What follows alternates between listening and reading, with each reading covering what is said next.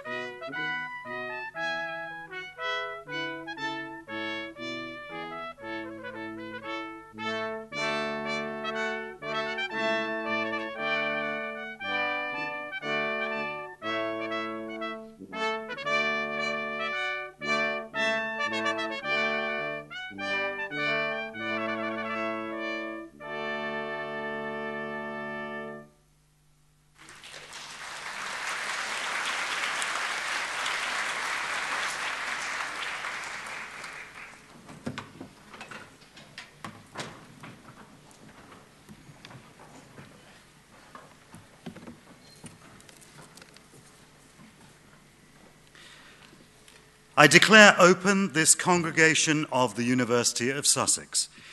I'm delighted as Chancellor to welcome you formally to this graduation ceremony.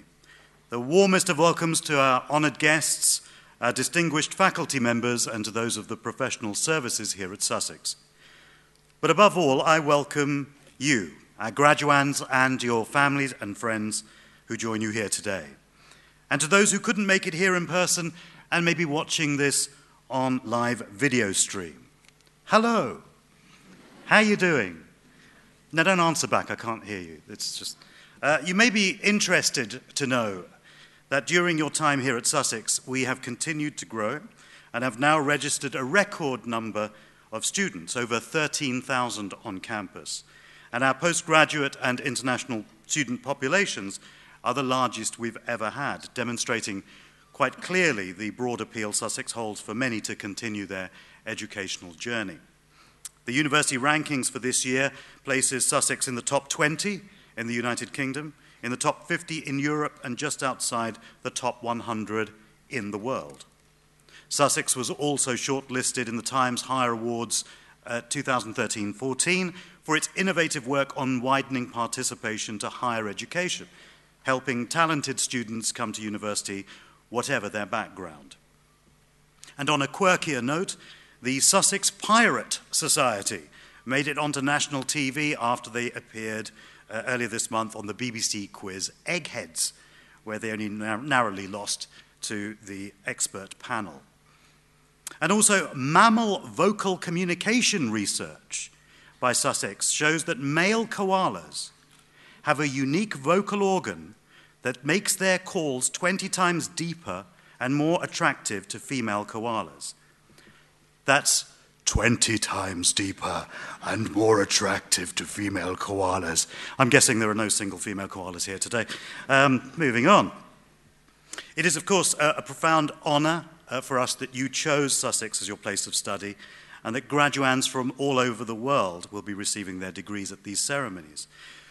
And on that note, just a quick word to our foreign students. I want to thank you for playing your part in making us a global university. I know how hard it can be to travel so far and at such expense and to try and get to grips with a different culture and sometimes a different set of values and modes of behaviour. To overcome those hurdles and those of unfamiliarity and homesickness and to remain focused and resolute. You've been a credit to your university, your families, and your countries. To our homegrown graduands, thank you for confounding the oft-taken view in wider society about the value of a formal education, that it somehow reflects an abdication of social responsibility, that the so-called real world begins when education ends. Many at our winter graduations are living examples that learning is a lifelong pursuit, not attaching itself to age, social background, or specific period in one's life.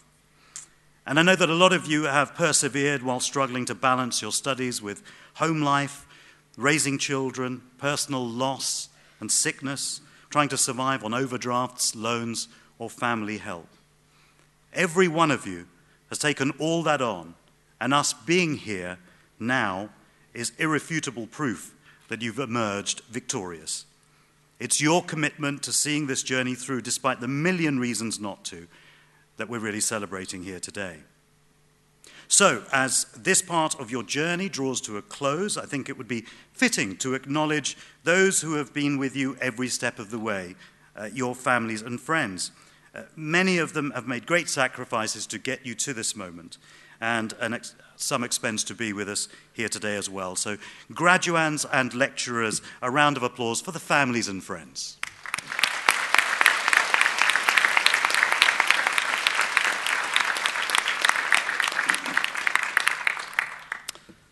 Now, you're probably thinking at this point, get on with it.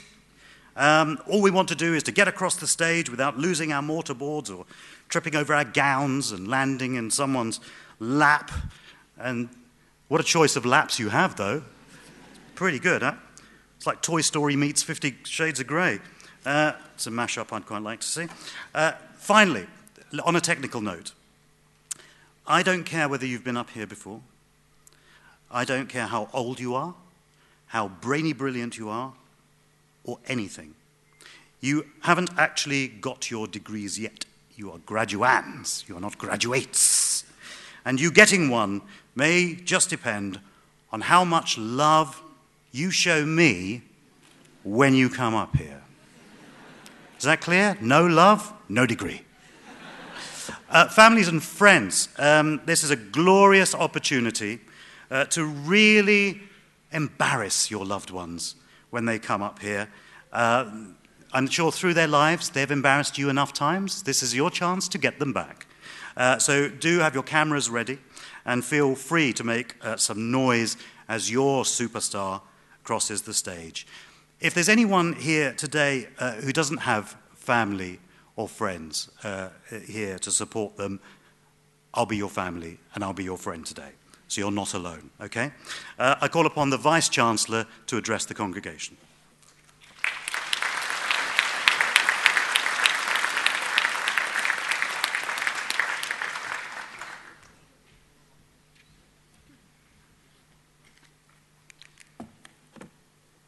Chancellor, Madam Mayor, graduands, honourable laps, ladies and gentlemen, good afternoon. Oh dear, oh dear, oh dear, oh dear. Ladies and gentlemen, good afternoon. Fantastic.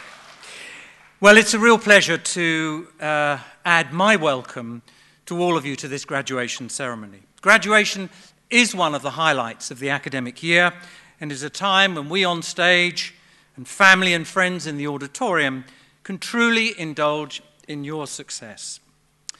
Although graduation has its formal aspects, and you probably noticed that we have made a bit of an effort today, as the Chancellor has indicated, it's also a time to relax, have fun, and he means it. Do all you can to embarrass your loved ones as they walk, run, dance, trip across the stage. Before we get into the main business of the day, I thought I should say just a few words about the university. Sussex has had a good year, despite having to tussle, like all universities, with the massive changes that are occurring in response to the government's approach to the funding of higher education and the strategy to progressively deregulate the allocation of student numbers. During the past 3 years, as the Chancellor said, we've grown in size by about 1,000 students a year. It is evident that Sussex continues to be a very popular destination for both UK and overseas students. It's not surprising, therefore, that we are graduating more students at these winter graduation ceremonies than ever before. Well over 2,000 of you during the next few days. More than 100 nations will be represented at these ceremonies, with a wide spectrum of ages spanning 6 decades. An amazing reflection of the diversity and global reach of Sussex. We have this year launched some ambitious plans for the further growth and development of the university over the next 5 years. We call the plan Making the Future. Our growth strategy has enabled us to appoint more than 200 academic staff, including about 30 new professors during the past year. This has given us more teachers, more researchers, all contributing to the academic strength of the university. We've built on the success of our 50th anniversary to celebrate the university and its achievements. We've showcased the university at a number of events like the Sussex Conversations at the Royal Institution, which is a model we're continuing with.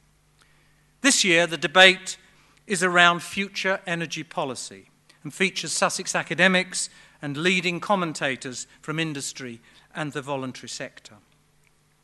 Again, we built on the success of our 50th by reaching out to alumni around the world.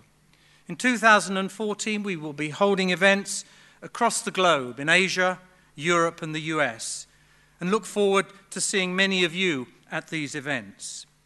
Do please visit our alumni stand in the Corn Exchange and find out more about these events. Our new strategy also affirms the university's commitment to have impact beyond the bounds of academia.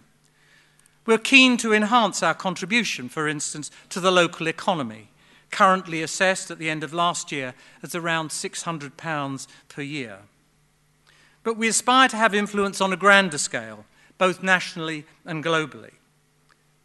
And one of our biggest contributions to the outside world is, of course, the work and activity of our graduates. I'd like to tell you about some more of our successes during the past year, but one of the things I've learnt since coming to Sussex is that people seem to like me better the less I speak. So we put together a short video which illustrates some of last year's highlights.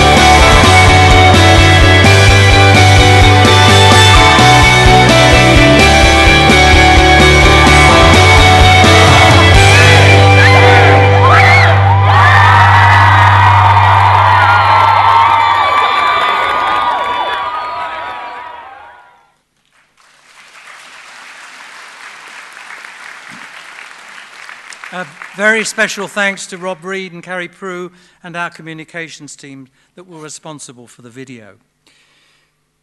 In parallel with the growth in students and academic faculty, we're continuing to develop the campus to a quality that we believe will be unparalleled for staff and students.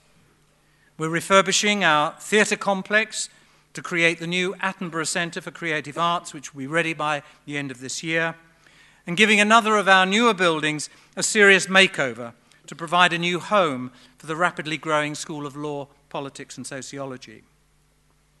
We've included in our strategy two important developments. We're planning a major redevelopment of the science estate, primarily to provide high-quality teaching and research laboratory facilities, and a further increase in student residential accommodation so that we can meet our target of having at least 40% of our students in university housing. There are, however, some challenges ahead. We are all too well aware of the financial pressures faced by our students and very concerned that these pressures are only going to increase in the future. I'm particularly concerned now about the funding of master's programs and postgraduate research. Sussex is making an important contribution to ease the pressure by creating additional scholarships for Sussex graduates.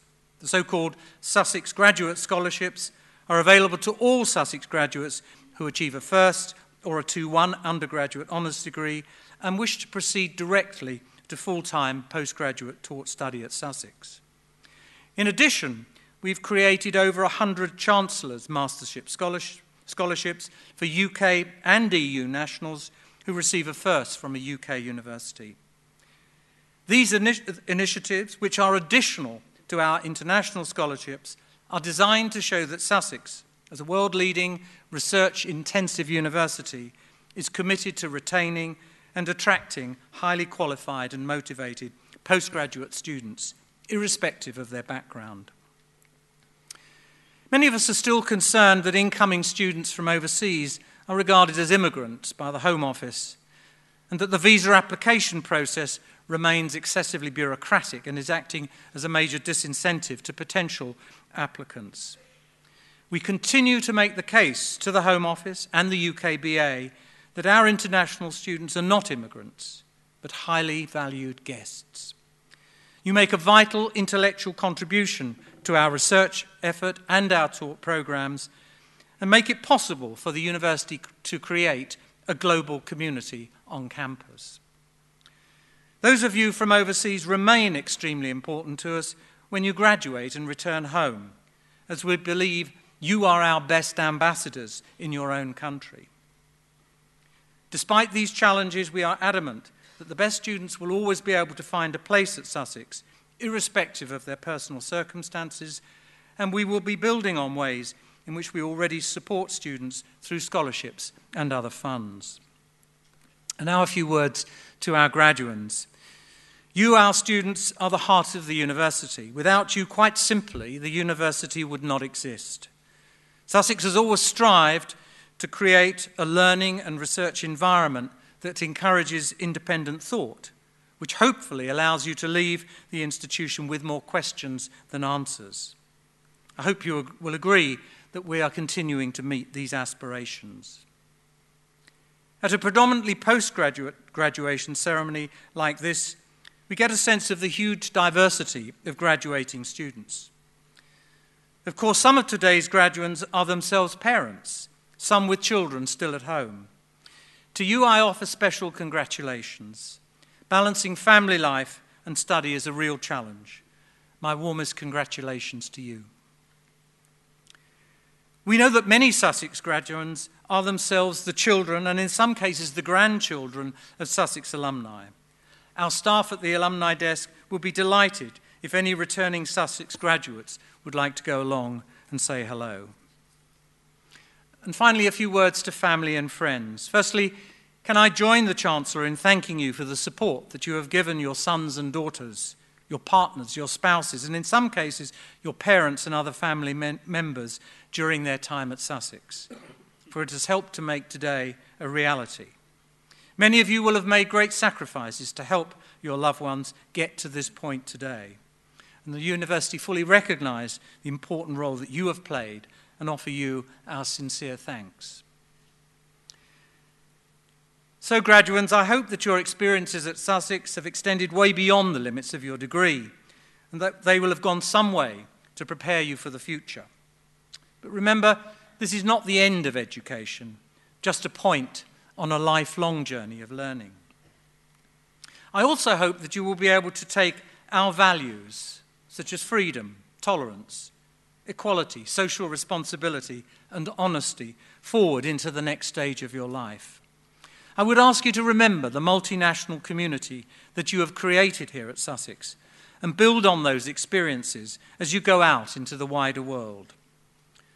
Sadly, we still live in a world where poverty, catastrophe, and conflict abound. We all have the responsibility to play our part to promote societal change, and I look to you and your Sussex experience to go out in the world and really make a difference. As you think about your new life that will begin to unfold when you leave the ceremony today, I would ask you to keep some time and space in your heart for Sussex. Remember, you will always be part of the Sussex family, and it is likely that we will need you in the future, perhaps more than you will need the university. You will, of course, be joining an illustrious group of alumni, many of whom have made major contribution to the worlds of politics, government, academia, the creative industries, business, international development, and so on. You name it, and you will find Sussex graduates worldwide changing lives, making an impact. Our alumni relations team will make sure we stay in contact wherever you might be in the future. So finally, let me take this opportunity to say again how proud of you we are and offer you our sincere congratulations. I wish all of you every good fortune for your chosen futures and hope that your experience at Sussex has gone some way to prepare you for the next stage of your life. My very best wishes to you all.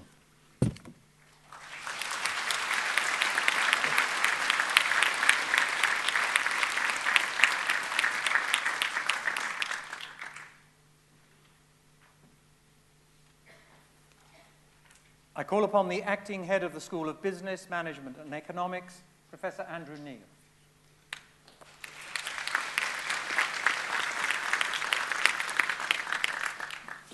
Chancellor, I will now present to you for the degree of Bachelor of Arts in Economics and Development Studies, Theodore Harrison.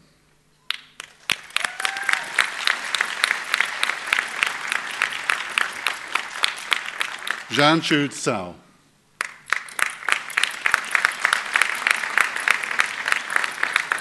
For the degree of Bachelor of Science in Business (Finance), Niranjan Santhi Ransagaran.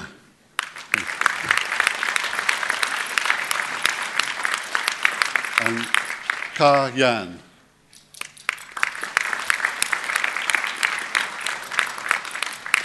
For Business (Marketing), Yu Chik.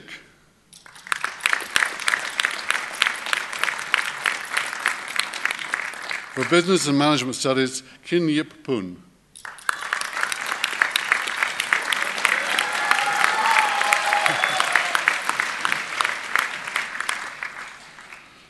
James Ransom.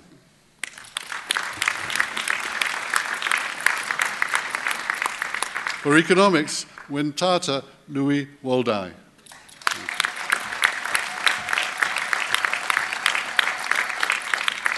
Andrea Newcomer-Jones.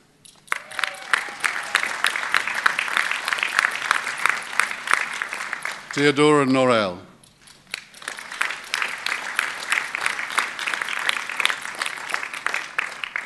For Finance and Business, Emmanuel Lawal.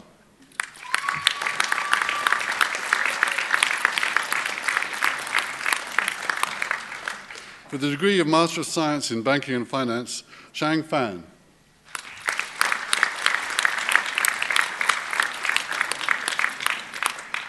Fraser Gilbert.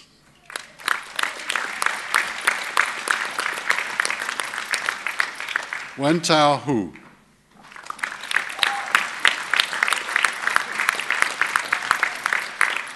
Ji Yi Hu.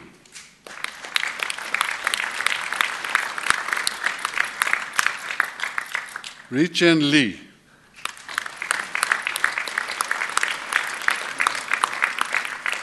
Zulu Liao.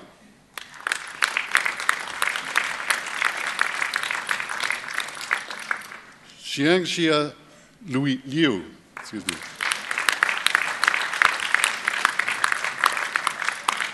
Alexander Malouche.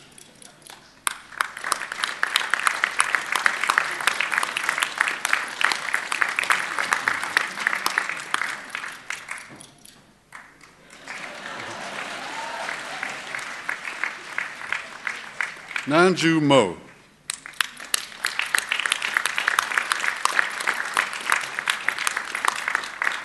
Li Pang.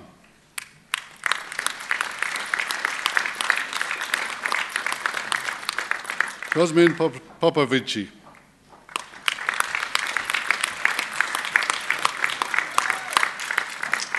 Yu Jia Chao.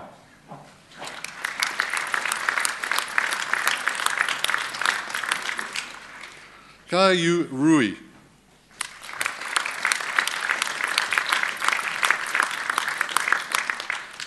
Chu Rui Tong.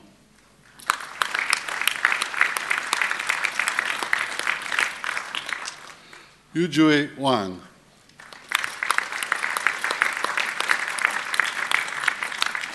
Jin Wei.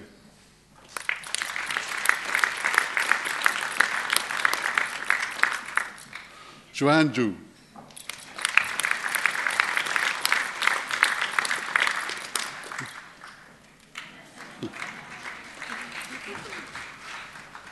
Lucia Barboni. Oh, for development economics, Lucia Barboni.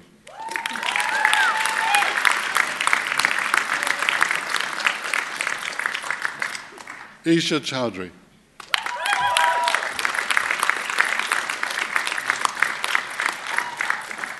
Samuel Fell.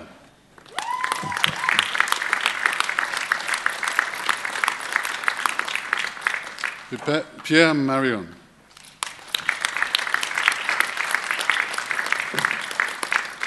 Mami Misawa.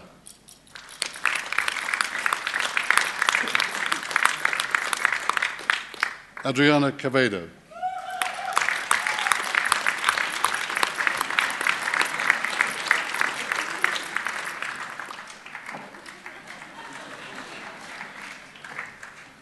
Monica Sigrist.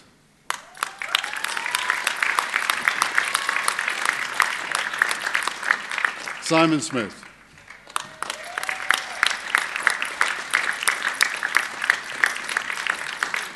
Also awarded a prize for Best Performance in Economics, Alma Irene Sobrevilla Gonzalez.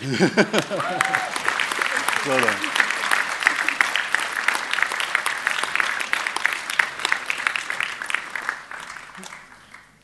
For Economics, Huanjia Ma.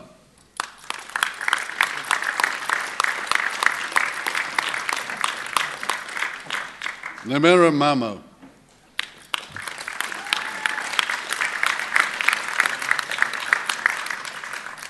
Rishab Upadhyay.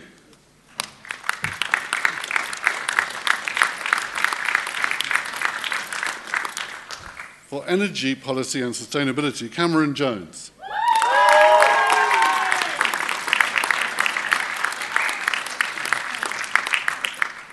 Denise Paula Rolfs.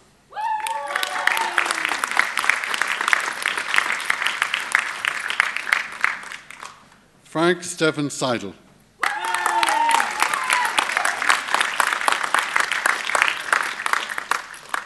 Tomohiro Shimada. Hey.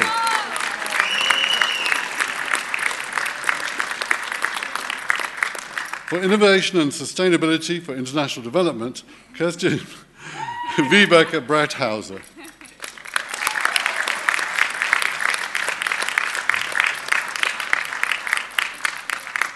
Alexei Ryabchin.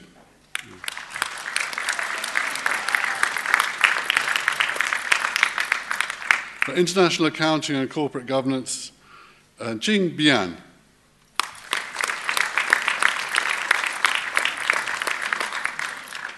For A Chen.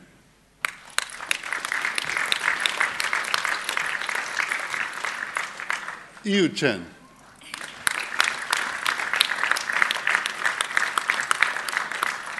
Tu Tui Dong.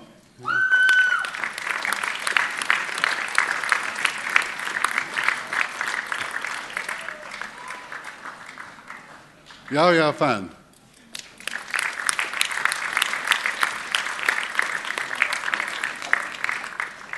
Ben Foster.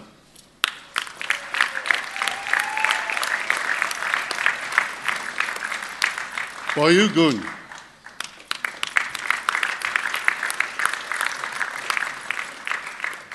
Jiran Hu.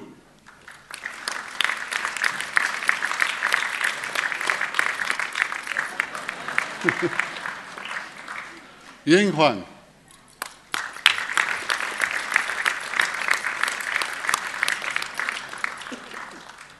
Ching Ji.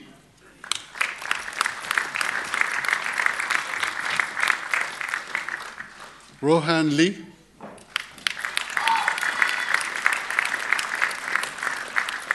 Also awarded a prize for the best student in international accounting and corporate governance, Ye Lin.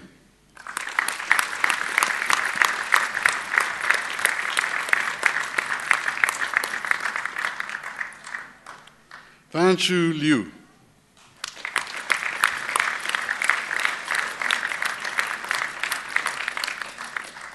Zheng Ya Liu.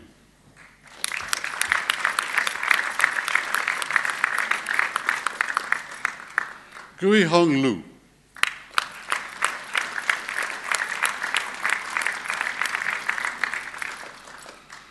John Colney, Mike Hami.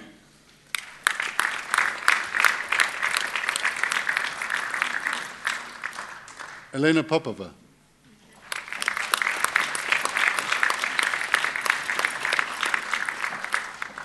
An Chen.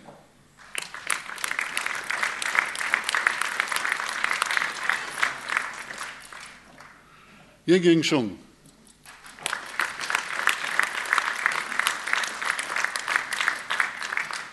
Wen Ya Yang. One.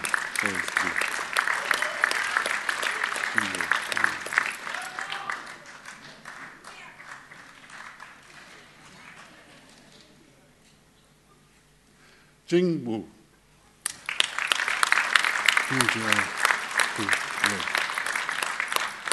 Chen Jia Kui Ye.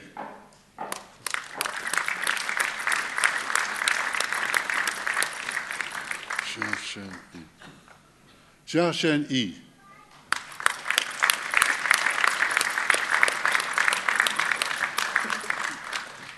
Lin Chung.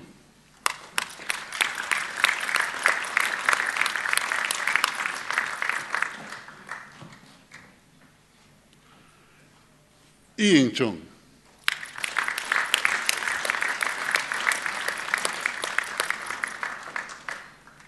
Jinhua Chao.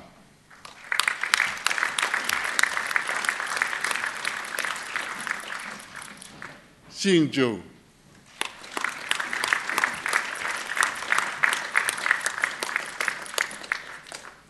For international economics, Evans Bolland.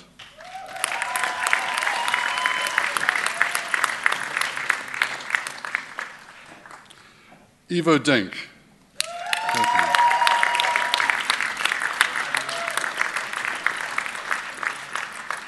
Manuel Tong Kirkland.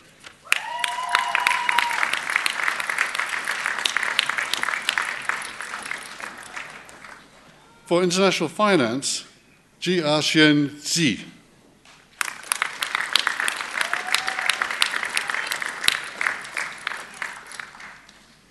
Li Han.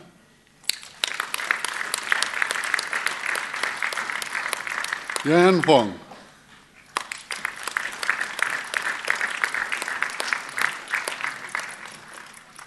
Xu An Li.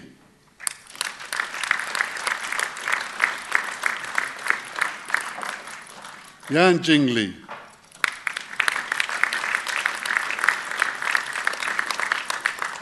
Xi Liao.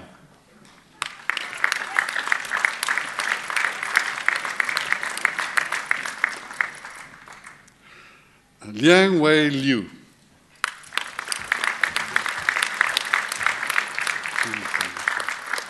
Chun Feng Chen.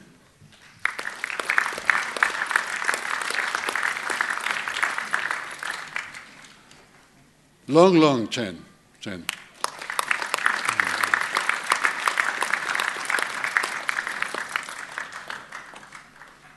Bin Wei Wu.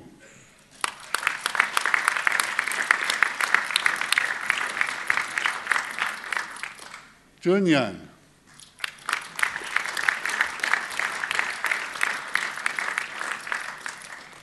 Yuan.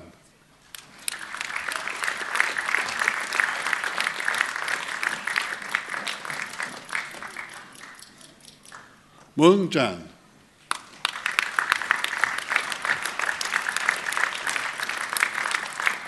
Mung Yu Jan.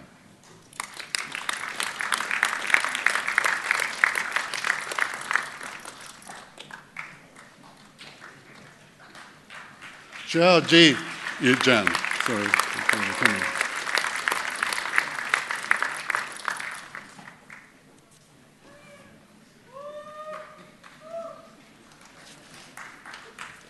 For international management, Ali Nasser Al-Harbi.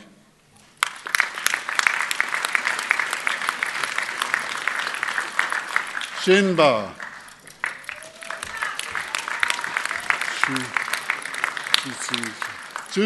Shu Sui Shen.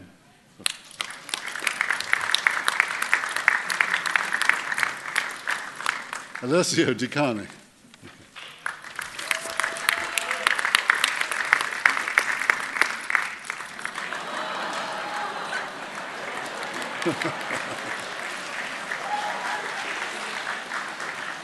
Graziana Di Pede. Thanks, Steve.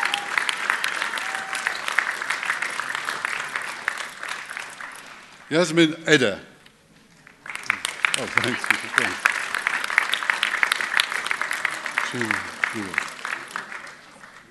Jin Goa. Oh, thanks. Thank you.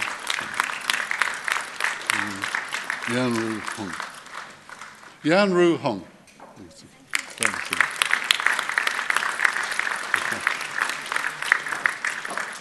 Shan Hao.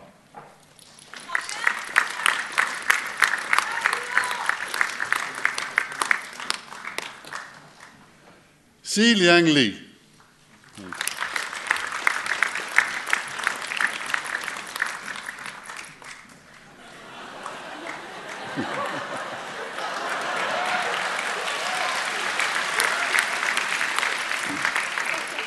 Also awarded the prize for the best student in international management, Xu Tao Li.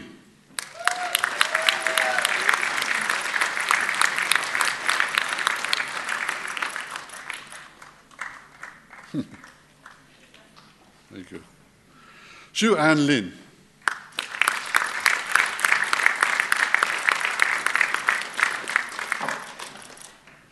Sharon Lo Fan Hin.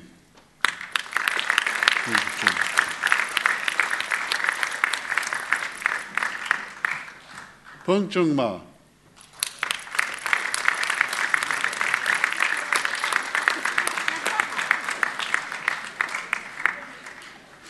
Jin E O.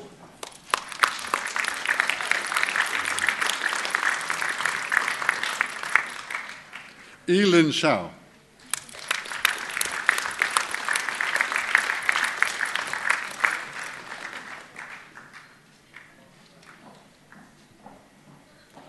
Min Rui Tung.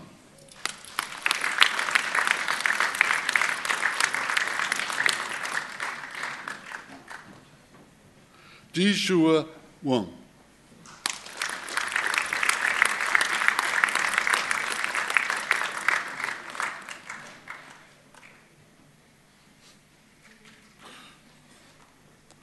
Si Wang.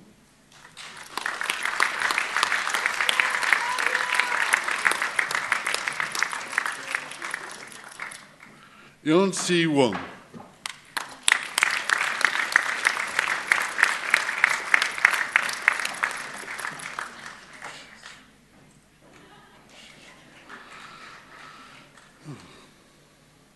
Xiao Shi Shu.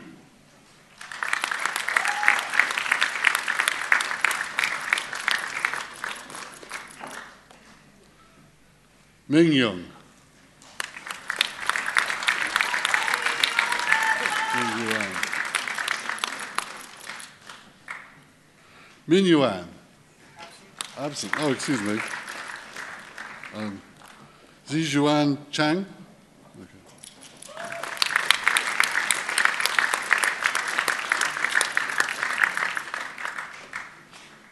Yuan Hua Chung.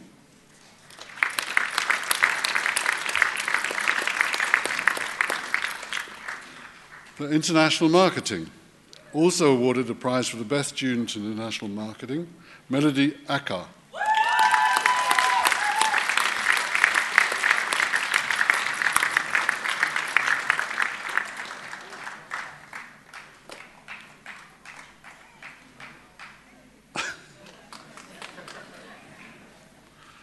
Julia Caroline Sophie Bauer.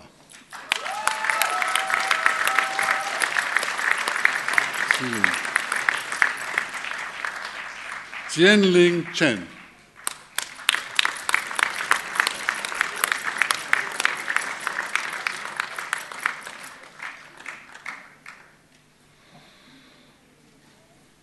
Okay. Yu Sing Chu. Is that you? Is this the right one? Yu Sing Chu? Yeah. I don't know. I think so. Is that right? Is that right? Oh, did I want to add it in? What happened? We've got to go back to Mixling Chen. What? This was Yu Sing Chen, and we got Mixling. Oh, did I get mixed up? Yeah. Okay, which one? Yeah, which? Sorry, who is it? This one. Who is this? So you which one? Mei Su Cheng. I hadn't. Oh, okay. Well, Mei Su Cheng. Sorry. You went there, Mei Su Chen.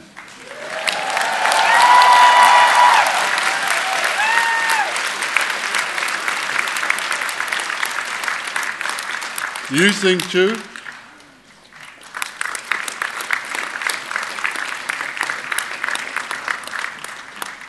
Julia Aurelie Elizabeth Collier.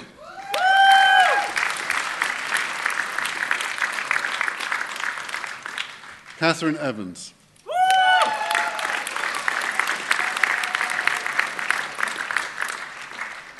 Wei Yi. All right.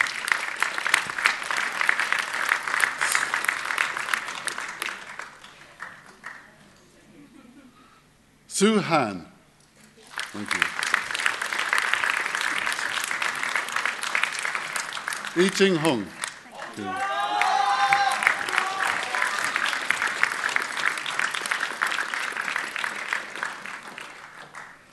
Xingjun Li.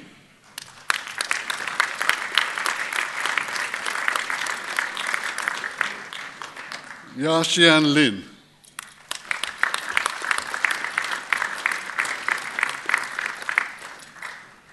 Ji Liu.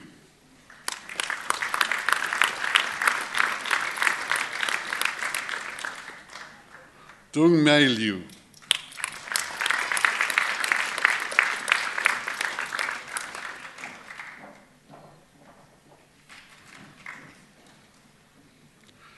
Yu Liu.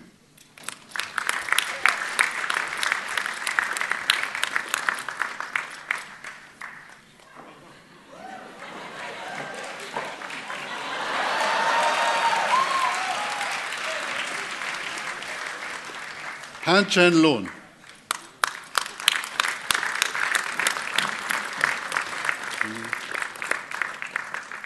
Yui Okawa.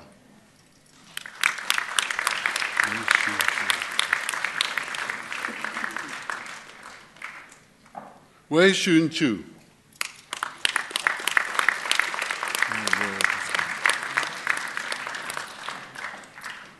Maria Royo Pascual.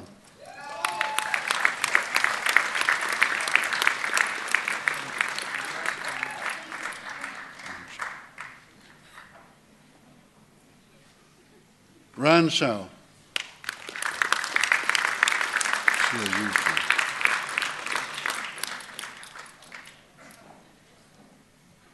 Xie Yu Shao.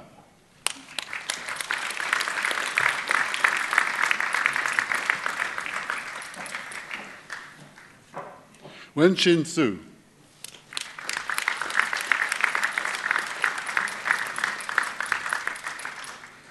Li Yuan Tong. Yeah.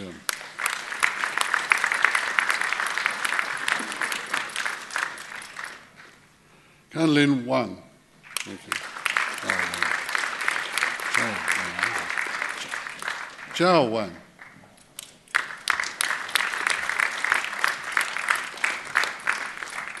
Yu Wang.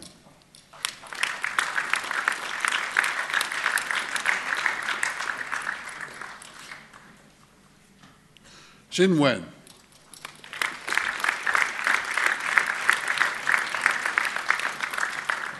Fan Qingzhan.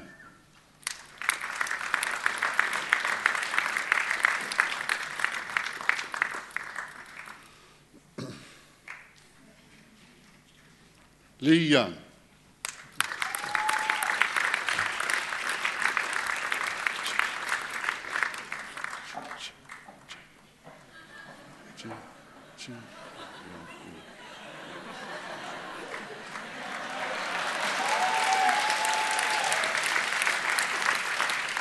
Chi Ya U. Thank you.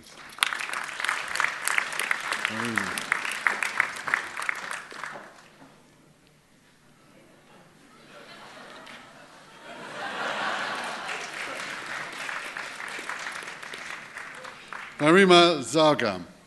Okay, thanks. Put my hand away. Chen Si Chung.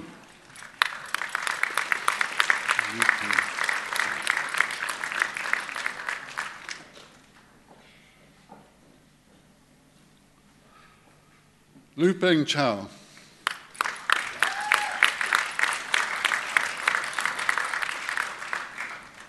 Zhan Ling Zhou.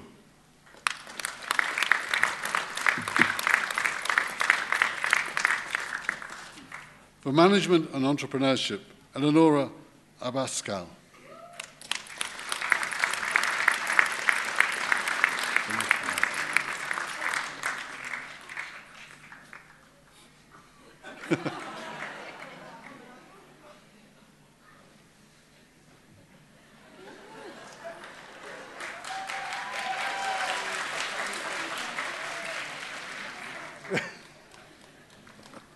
Elif Nazli Aksoy.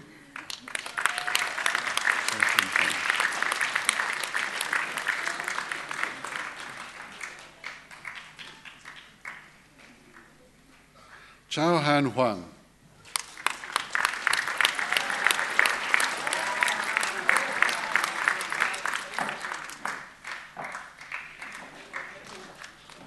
Wei Huang.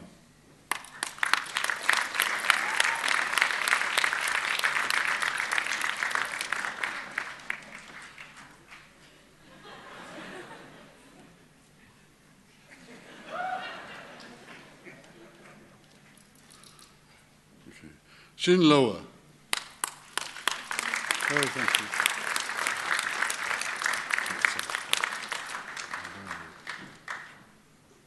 Victor Waweru Muro.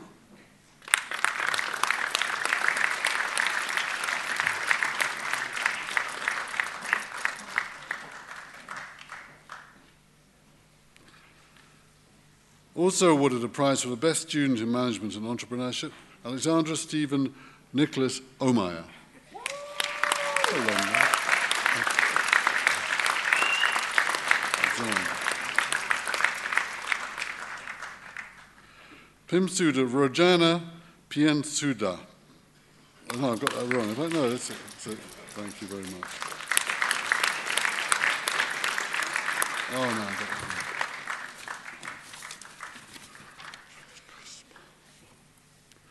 wrong. Aswin Kusuma Saleh.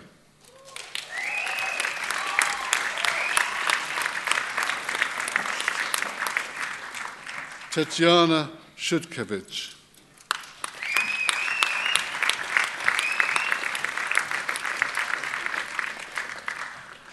Chenbo Wang.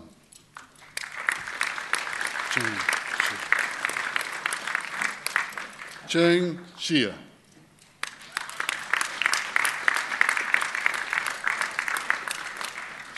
Chen Chi Yao.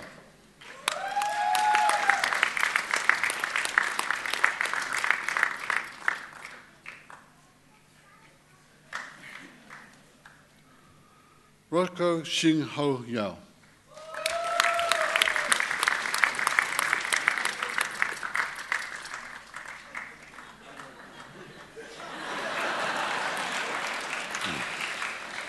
For Management and Finance, Mehmet Altunkesa.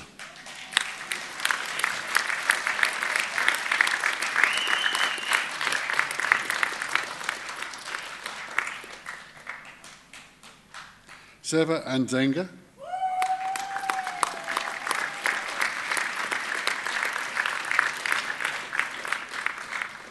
Ren Hao Bai.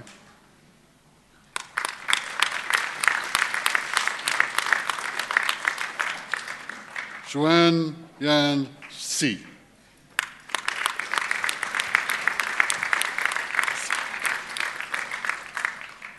Wu Sao.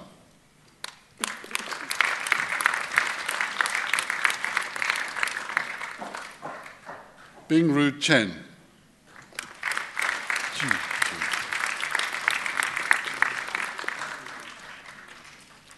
Ji Chen.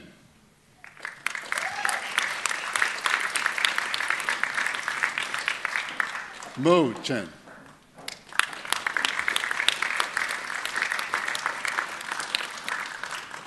Shan Chan Chen.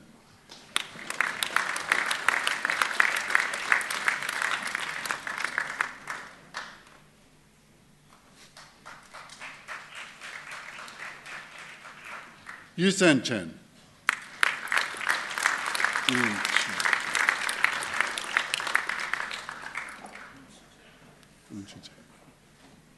Unchi Chen. Thank you.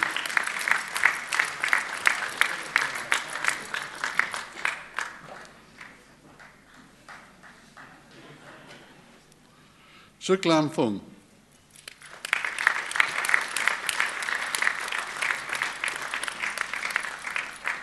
Aditya Gosain.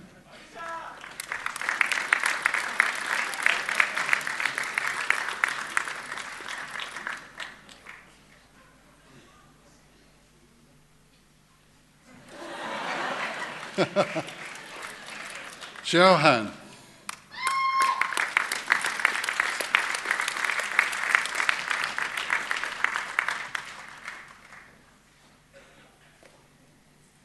San Huang. Yeah.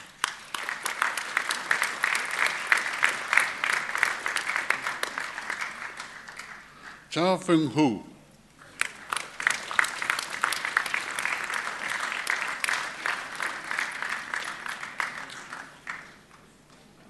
Yi Chun Tia.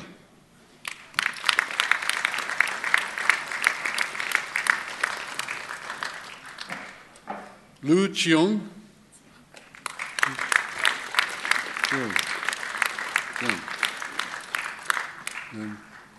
Lu Chiong again, yeah.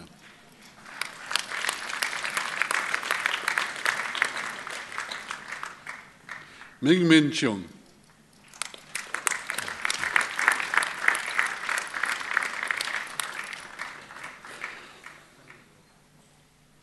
Shan Chan Jiao.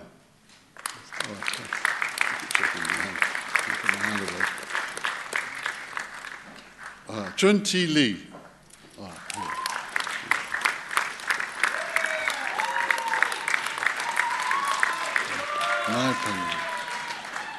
Nai Peng Li.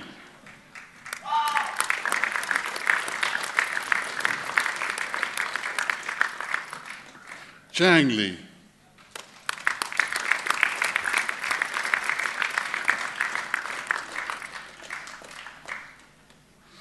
Xu Li.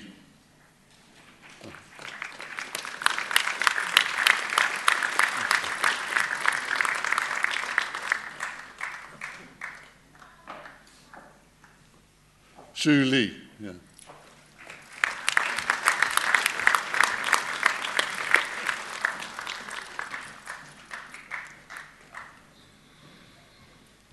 Jun Kai Liao.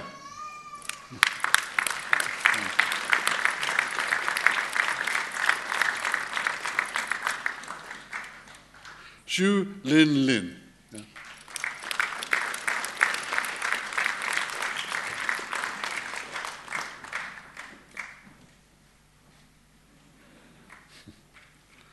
Yeah. Chao Liu.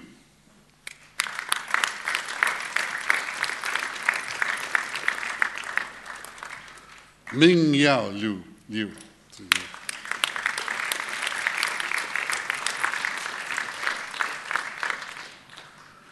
Chi Liu.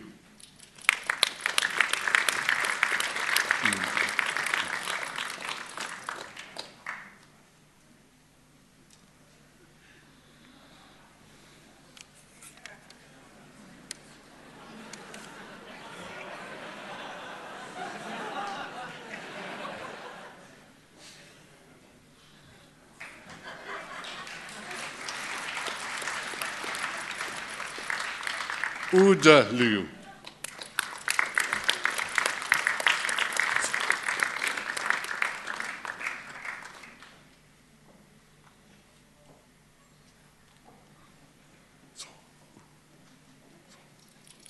Zhou Liu, excuse me.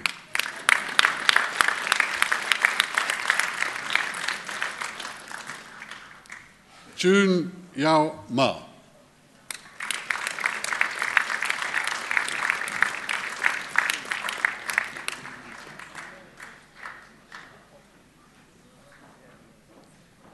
Richard Marcluth.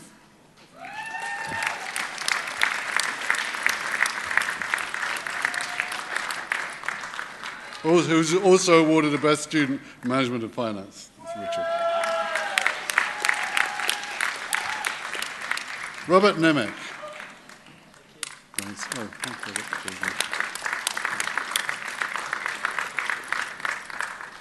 Cheng Pan.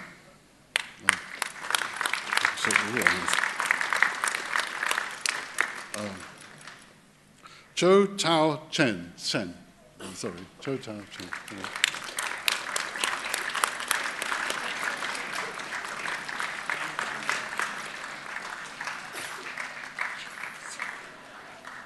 Jiao Sung. Yeah? All right, okay. Thank you.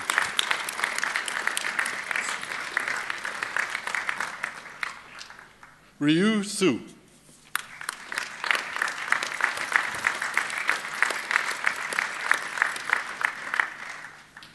Chu Shi Tan.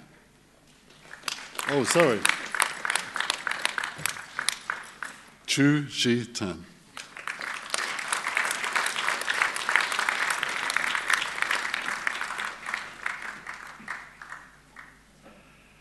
Yan Tang.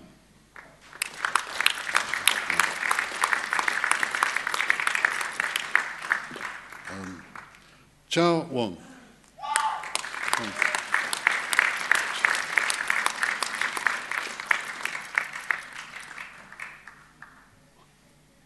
Jin Li Wang.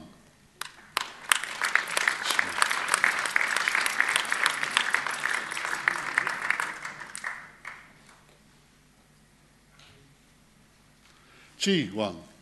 Oh.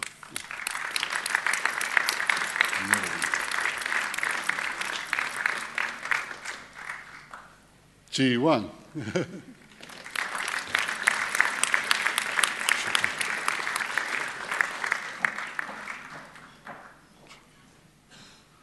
Zheng Ying Wang.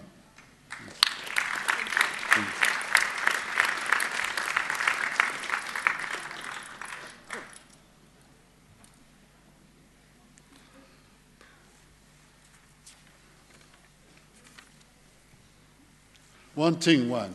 Yeah?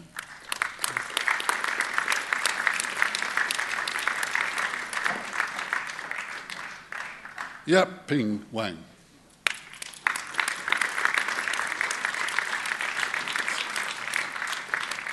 Sing Wen.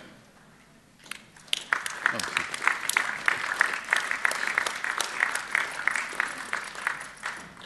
Jia Lu Hu. Yeah? Is that you? Shu. Ah, okay. Sorry. Shu. Yes? Shu. Yeah.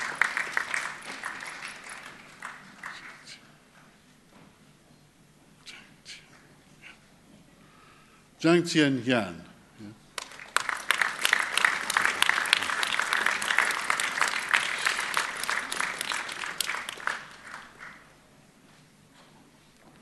Chin Woo Young.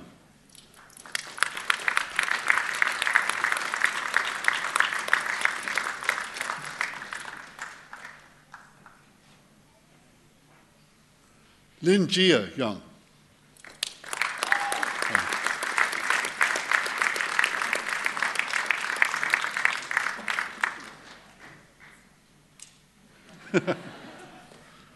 Liu Young.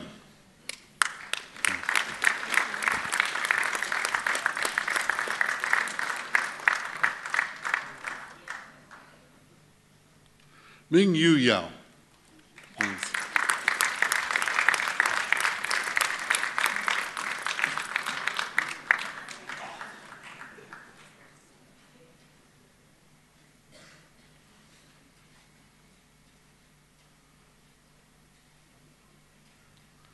Tuan Yan Ye.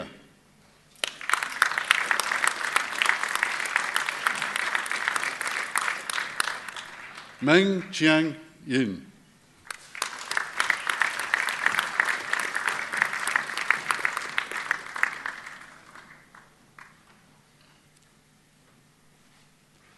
Ming Yin.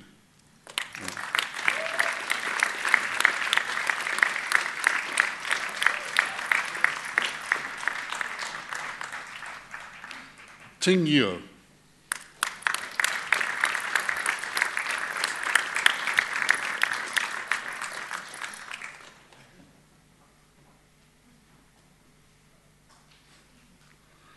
Lulu Tseng.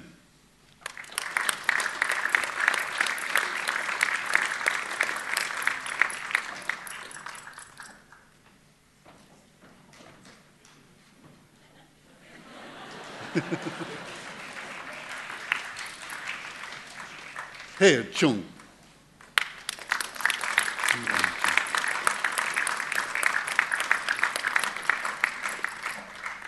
Lian Chung.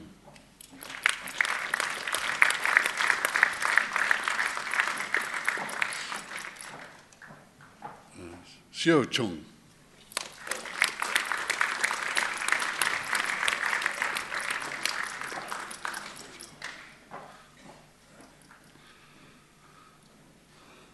Wen Chung.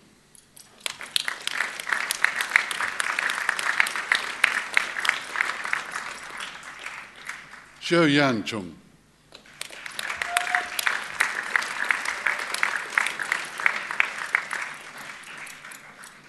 Yan Chung.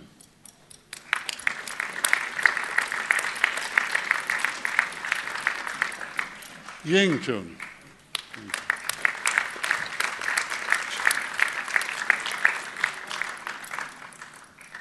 Zhou Kun Chung.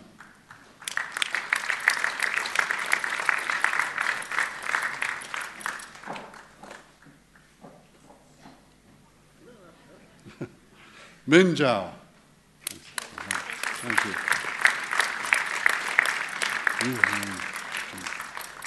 Yu Han Chung.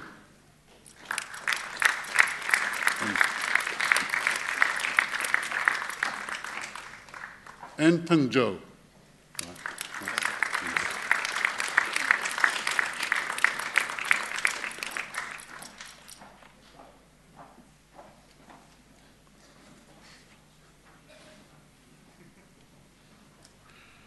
Yu Zhou.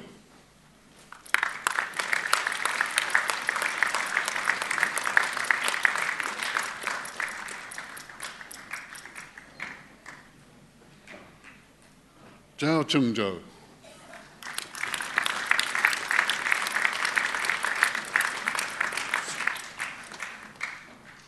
Feng Ying Zhu.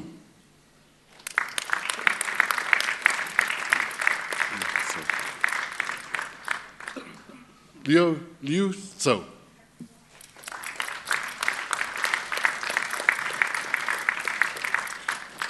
For managing innovation and projects, Lei Yin Chen.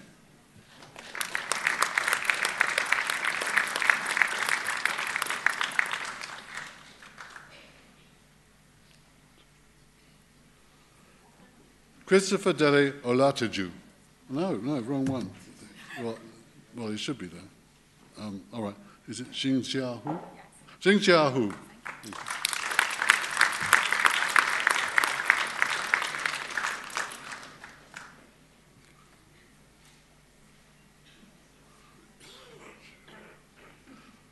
Zhuyu Li. Excuse me.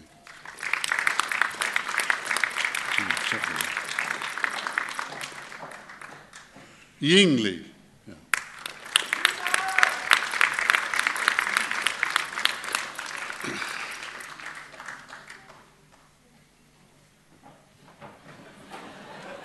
Hey.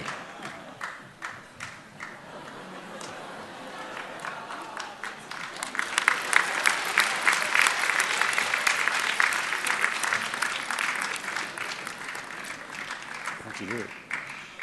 Also awarded a prize for the best student in managing innovation projects, Charlie Messenger.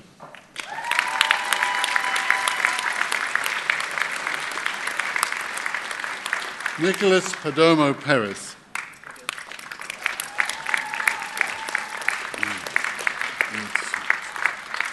Yeah, Tzu Tzu.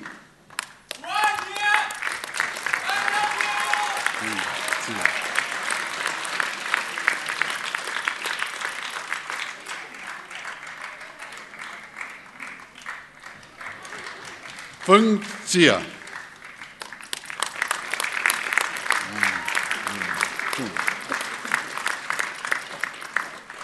Yuan Yung Chung. Thank you.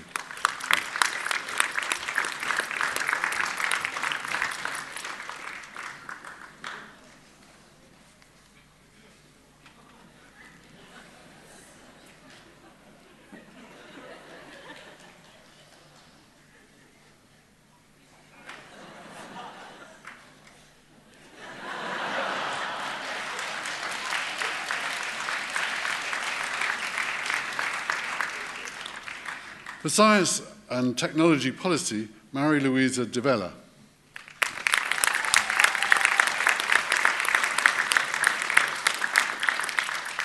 Bong Kyung Jeon. Thanks.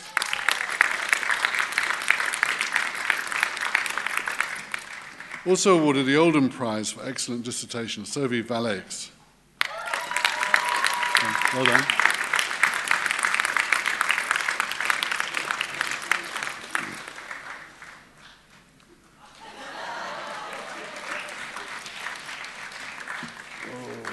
For Technology and Innovation Management, Fang Yu Chu.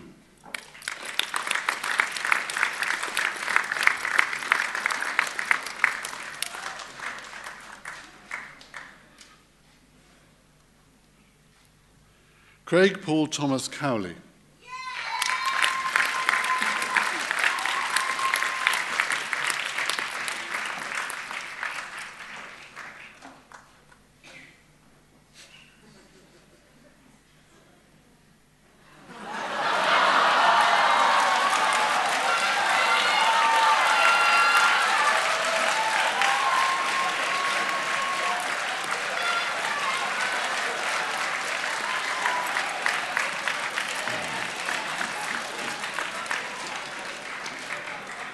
Ning Du.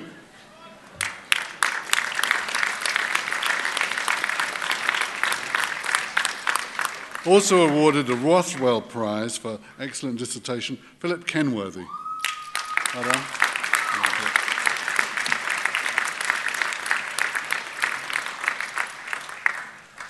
Jin Tek Kong.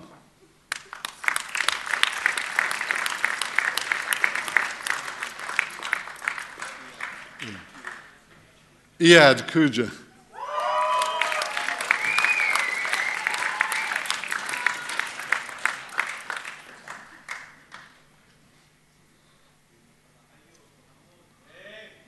Tung Jo Kuo.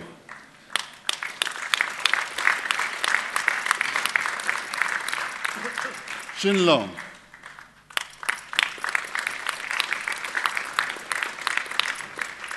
Timothy David Platt.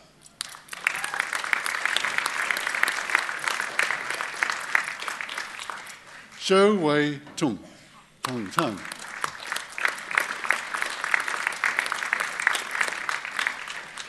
Christopher Turner.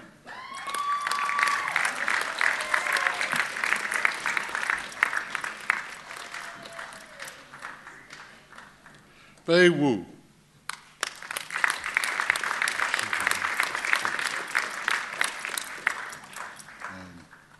Ying Hua Chang.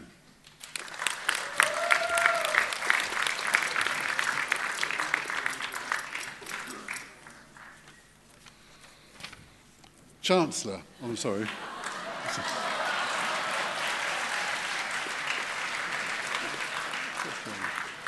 Okay, Chancellor, I will now present to you, for the degree of Doctor of Philosophy, Maria Leone.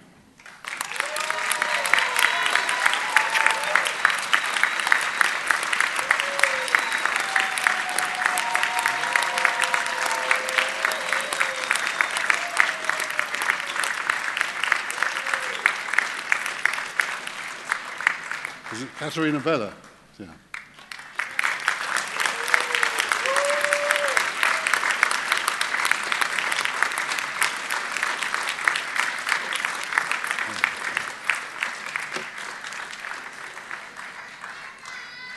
And Anne Wilkinson.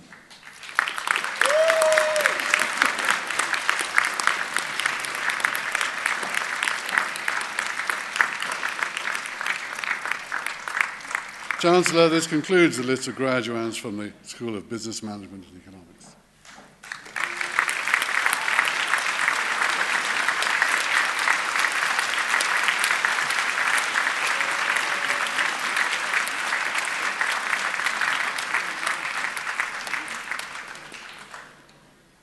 I call upon John Forker, Professor of Accounting, to present Professor Geoffrey Whittington.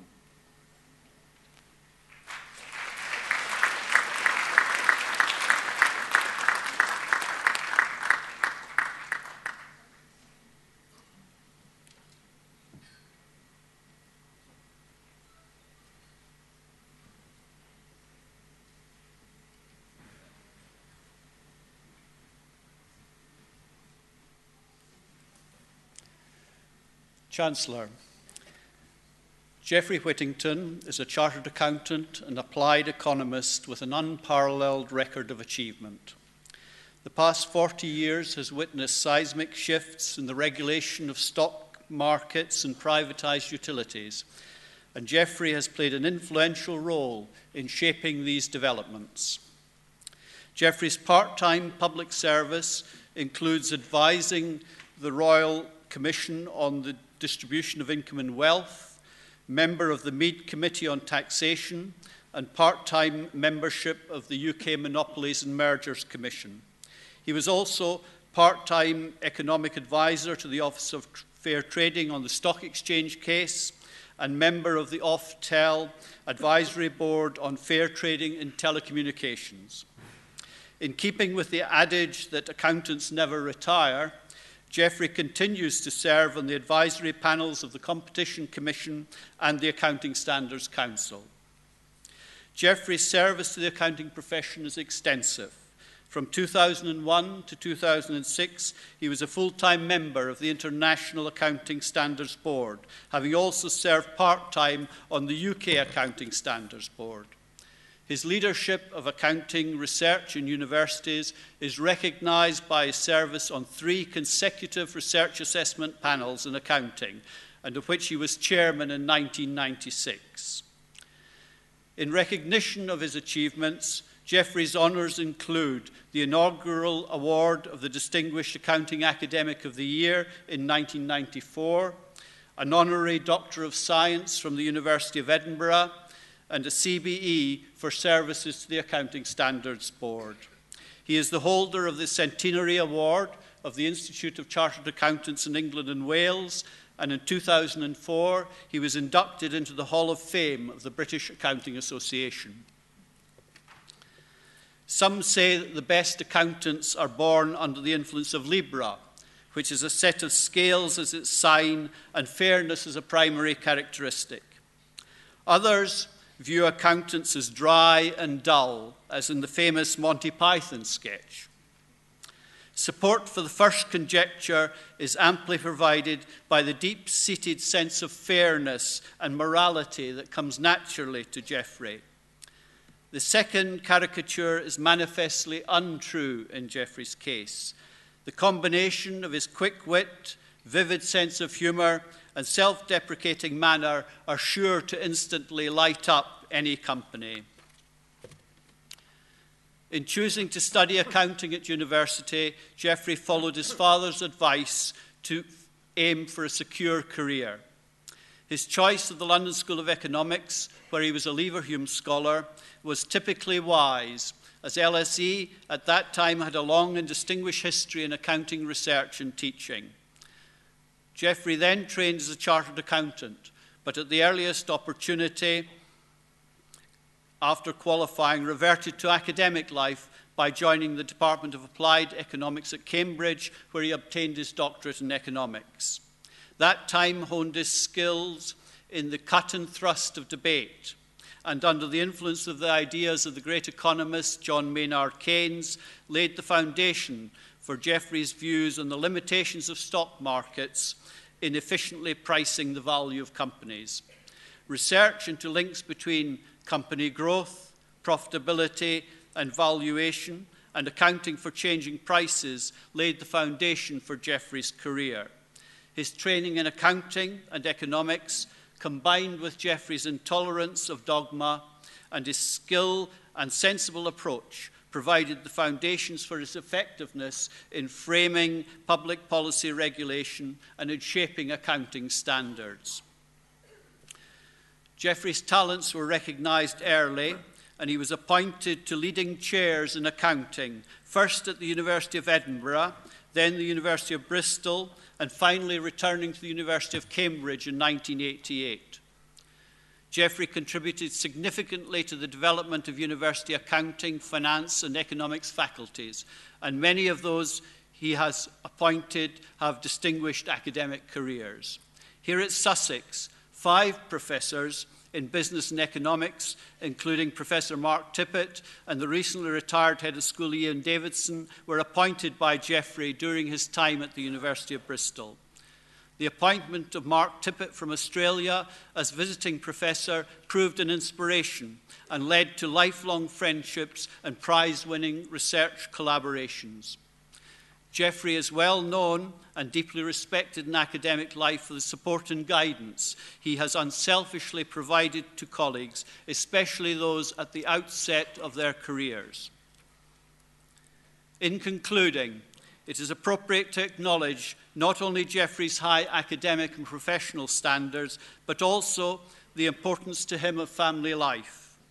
And since their days as students together, the support and companionship of his wife, Joyce. Chancellor, I present to you for the degree of Doctor of the University, honoris causa, Professor Geoffrey Whittington.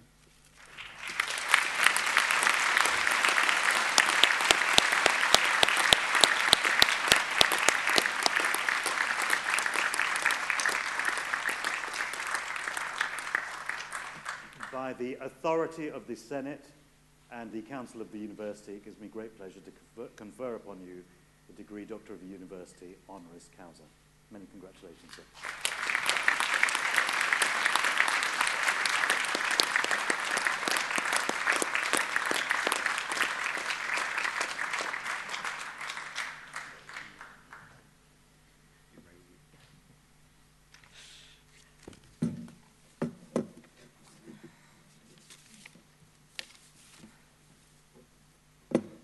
Well, Chancellor, I'm delighted to accept this honorary degree because it creates a bond, or a stronger bond, with the University of Sussex, which I've long held in high regard.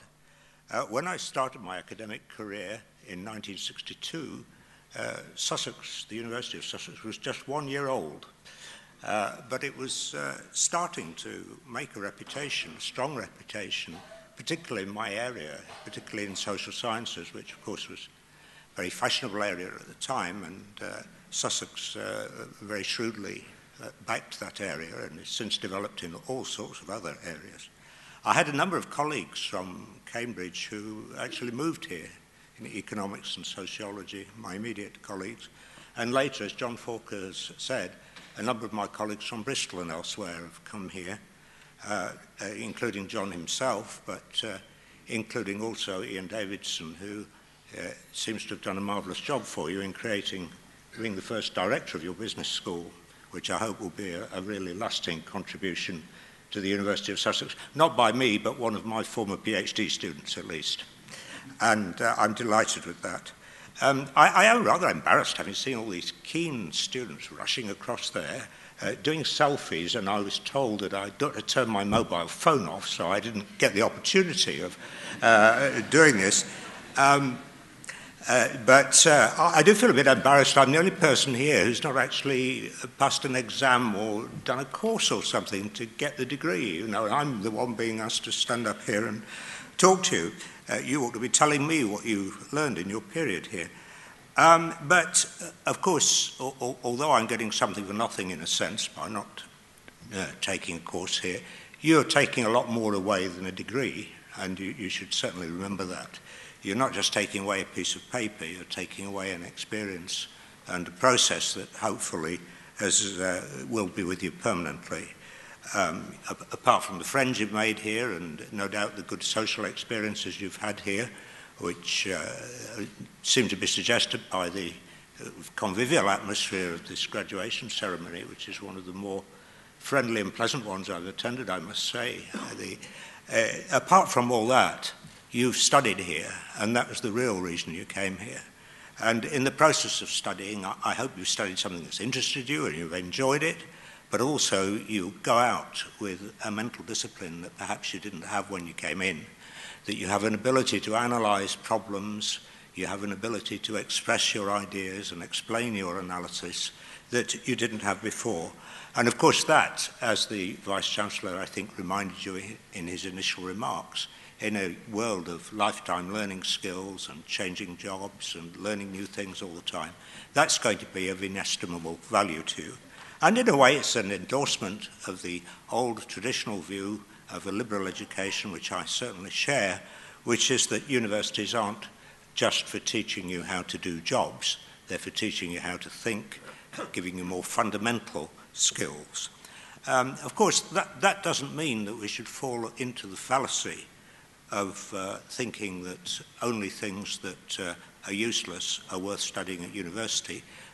Talking to a lot of business graduates here, I've just watched walk across the platform, obviously it is possible, strangely, to find things that are useful, practical, career-oriented, interesting as well. You can get a mental discipline and interesting study out of things that are actually useful in your career. Even my own subject, accounting, which normally makes people glaze over. They say, what are you a professor of, when they discover I'm a professor? And they're quite excited. They think I'm Stephen Hawking or somebody, you know, come from Cambridge. And then it turns out that I do accounting, you know. And what on earth would you want to do that for? Well, in fact, it is a very interesting subject. And of course it's relevant to daily life as well. We didn't get a very good press, it has to be said. In the late 20th century, which of course to me is yesterday, which to most of today's graduates is long in the distant past, at that time there was a man called John Cleese, who's still alive, who John Forker referred to, who used to do this bowler-hatted, pinstriped character who was the boring accountant. And that image caught on. But of course, the 20th century, what we call the noughties, the first 10 years of this century, they sorted that out with a vengeance, or the accountants did. We got Enron, some of you may remember Enron, even the younger ones among you, and all the disasters that followed from that. And these were due to what was called creative accounting. Now, creative, now that is a good word. It's creative artists, you know, it's good stuff, creation. So accounting became creative. And then we had the financial crisis, which may have been bad news for you, but for accountants it was great news, all the consultancy fees and everything, but also in terms of social esteem, you know. Everybody started worrying about why the accounts of the banks hadn't said they were about to collapse, and was it due to accounting, was it due to something else? And now accountants have pretty high status, so I probably don't have to make my case too strongly to you. I must admit, I don't see, much to my disappointment, I don't see auditors fulfilling the main role in television thrillers yet. It's still detectives who have the upper hand, but, you know, they've got their problems at the moment after all this stuff in Downing Street and Plebgate and so on. So maybe the auditors will move in, you know, and some Agatha Christie will write up the auditors in the future. My first professor of accounting, my first teacher of accounting, was Professor Baxter at the London School of Economics, who lived to the age of 99 years and 10 months and died just 8 weeks before we were going to have a 100th birthday celebration for him, which is a sort of accountant's thing to do, you know, that numerical thing of getting almost to the point and then dying. And we had a memorial celebration instead, but Will remained incredibly active in accounting even when he retired. He wrote more books and papers when he retired than he had done as a full-time academic because he didn't have to teach anymore. And I met him when he was about 95 at a seminar. And he certainly found accounting interesting, you see. He's still going to seminars, age 95.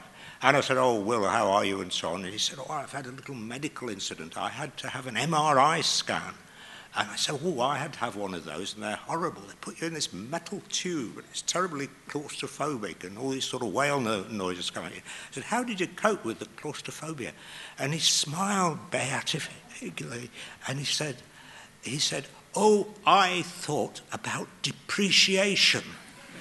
And when Will was thinking about depreciation, he forgot everything else. He wrote a very long and complex treatise on depreciation after he retired in his 70s, which has still not been fully absorbed, I must say, by the profession. In the future, it'll be a famous book. I thought about depreciation. Now, you give a polite titter when I say that, you see, because you think, "Oh, poor old bloke, you know, poor old Anorak." I mean, he couldn't think about anything more exciting than depreciation. But think of it, we've got a lot of physicists about to graduate and mathematicians, applied mathematicians. If I'd said, "Oh, Stephen Hawking had an MRI scan," I'm sure he has at some time or another, he's had all sorts of problems. Stephen Hawking said that, and he was asked through his computer what he did while he was in the MRI scan, and the computer said, "I thought about depreciation." Like Stephen Hawking does that timing brilliantly, you know, it's conscious through the computer. If Stephen Hawking had said, "I thought about, not depreciation," if he said, "I thought about black holes," if he'd said that, you'd have said, "Oh, this brilliant man thinking about the future of the universe, even when he's in this horrible tube having an MRI scan." Everybody would think, "Oh, Stephen Hawking, clever man, interesting." Now, in fact, Will didn't understand depreciation. Stephen Hawking will tell you he doesn't really understand black holes. They're sort of convenient hypothesis. And it's the same sort of attitude. It's an inquiring attitude and wanting to solve problems, find things out you don't know. And of course it's true that black holes sound very bewitching, but on the other hand, and the universe, you know, the solar system will disappear into a black hole one day, we're told, but it's not going to do it just yet. It's not an immediate problem we have, and we don't yet know whether we'll be able to do anything about it anyway. It seems highly unlikely from this point. Whereas depreciation, you think about depreciation, you may not want to, but everybody's grumbling at the moment about their gas bills and their electricity bills and their utility bills. And that is actually determined substantially by the amount of depreciation allowed to the utility companies by the regulators. I know because I used to be on the Monopolies Commission when we used to settle disputes over this. So don't knock accounting. It's jolly interesting. But I mustn't overstate my case or overstay my welcome, by the way. I have that in mind as well. I mustn't overstate my case because even professional accountants sometimes find accounting boring. Some of the work is, admittedly. They aren't really there for the interest or sometimes it's the money that attracts them more than anything. A few years ago, when I was a relatively young professor, I was invited by a big accounting firm, what would now be a big 4 firm, but then were big 8 firms. They've all paired up since to create a nice oligopoly. And one of them invited me to give an after-dinner speech. Dreadful job. Something that Hugh Chancellor would do very well, but I was never trained to do and never thought I had the ability to. I did this after-dinner speech. They were having an away day, and they wanted me to talk to their aspiring partners about what was interesting and so on. And what they really wanted was some jokes. This is obvious after dinner speech and accountants' dinner. So I went along with a few tired old jokes about accountants. They'd heard them all, and I told them very badly, as you can see. And they were all going to sleep, and I was going to sleep. And I thought, well, this is a waste of time. What am I doing here? I'll probably think that here in a moment, actually, sometime. But, you know, what am I doing here? And I thought, I'll just tell them what I really think, you know. And so I said, I think accounting is really interesting. And there was a stunned silence. The snoring stopped even. You know, the ones who were asleep, shattered. And then somebody at the back started to sort of titter, and then somebody else did. And there was a sort of quite a pleasant, chuckling atmosphere about them. So I thought, this is a line worth pursuing. So I'll tell them what I really, you know, all the interesting aspects of accounting. So we went on through them, you know, depreciation, you know, do you do merger accounting or acquisition accounting? How do you account for finance leases? How do you account for heritage assets? All these things that to you are mumbo-jumbo, but accountants really understand and find really boring. And they all started laughing louder and louder. And they were absolutely in uproar after 10 minutes, you see. And they all came up and shook me by the hand and smacked me on the back and said it was the funniest speech they'd ever heard. And they invited me back the next year. They thought I'd have another joke. But I told them the only joke that they recognised, that accounting was interesting. So, I mean, this does, you know, not everybody agrees with me on that. But whatever you think, some of you will have studied accounting. I hope you have enjoyed it. You've studied the wider area of business studies, and if you can't, within the range of academic disciplines that bear on business studies, if you can't find something that's interesting, then there's something wrong either with you or with whoever taught you. I hope you're all going away with what you think is an interesting stock of knowledge. And I wish you all success in your future careers, and I hope that the university also continues to turn out enthusiastic graduates of the sort that I've seen walking across this platform today, which is always one of the more heartening experiences, I think, in a university, to see people coming out, having completed their degrees, heading towards the future. So thank you, Chancellor, for the honour that you've given me, and I wish all the best for the future of the University of Sussex and its graduates.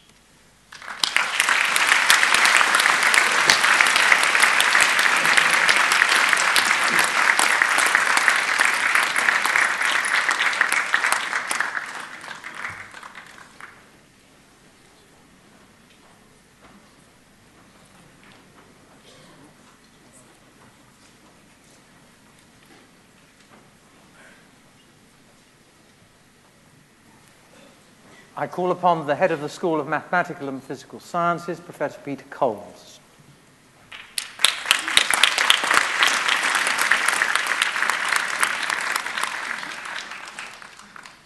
Chancellor, I will now present to you for the degree of Bachelor of Science in Mathematics, Noor Abu Ghazaleh.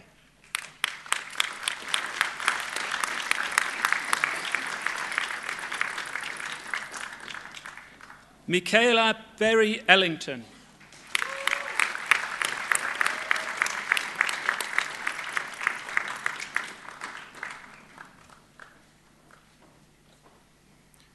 Miruja Selvaraja.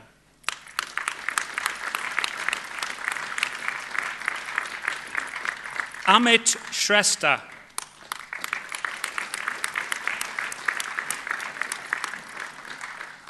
Ashley Wilson.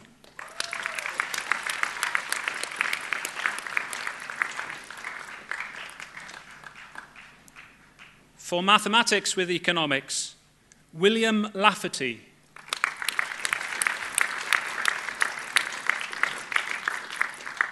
Mary Oreyelu.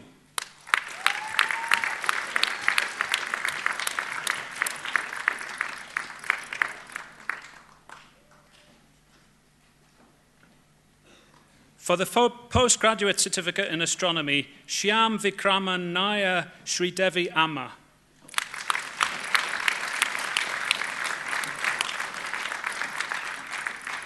For the postgraduate diploma in physics, the Euromasters, Katerina Margareta Johanna Wollenberg.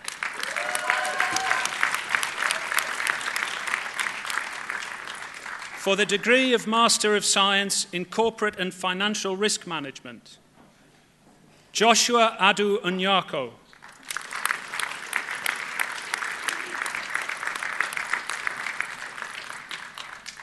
Jin Chao.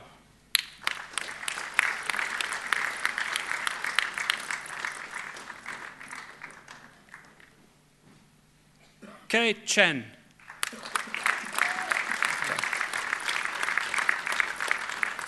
Miguel Santos.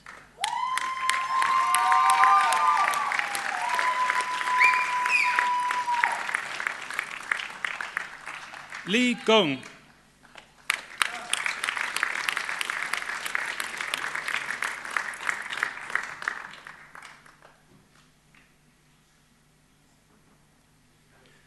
Wen Yu Gu.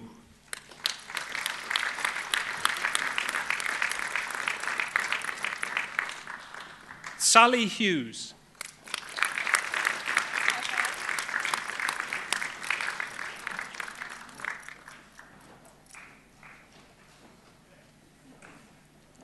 Ao Jan.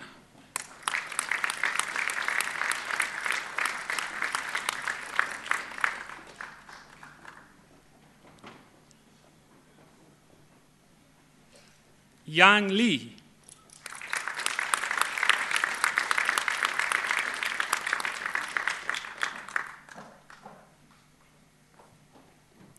Min Jae Lin.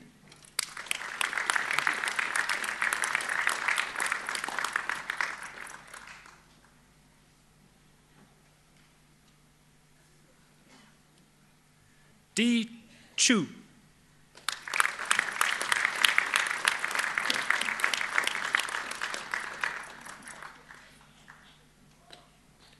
Yu Xing Rong.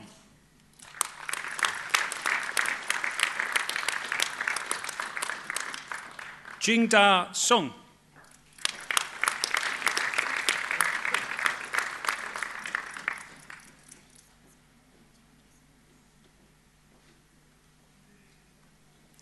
Wan Chi Song.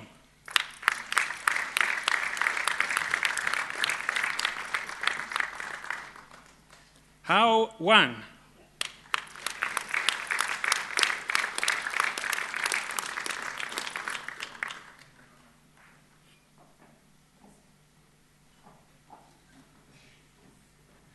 Li Ming Wang.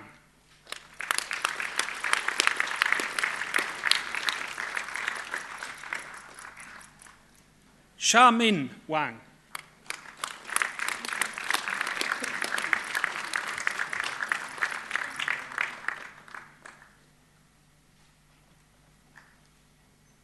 Ruiyang Shi.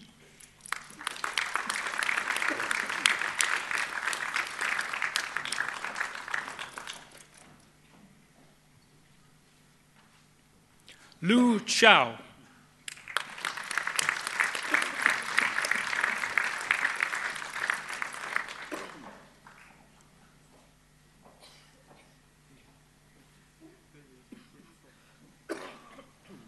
Xuen Yang.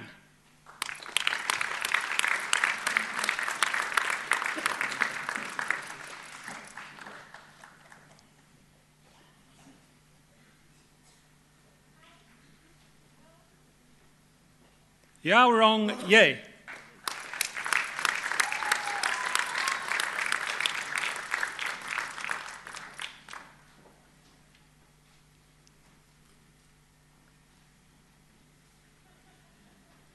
Li Ji Yin.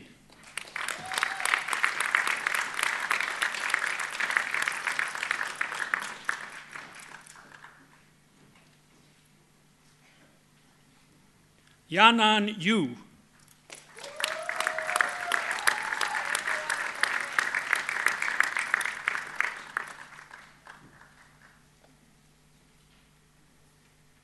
Lu Zheng.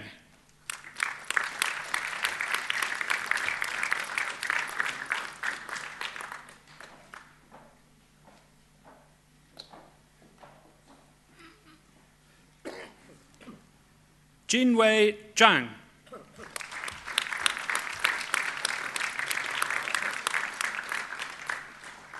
Nana Zhang.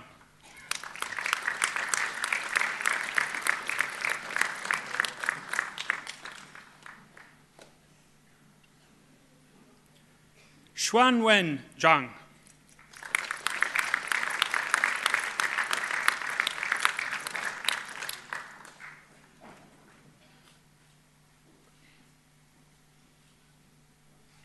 Mina Zhao.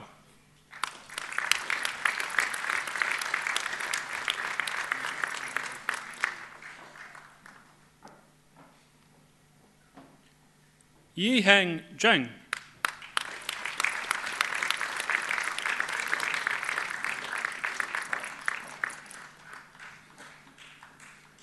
Yushi Zhou.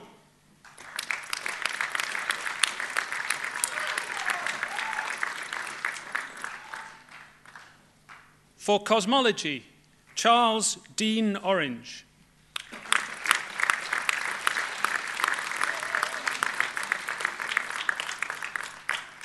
And also awarded the Sir William McRae Prize for the Best Astronomy or Cosmology student, Matea Gosenza.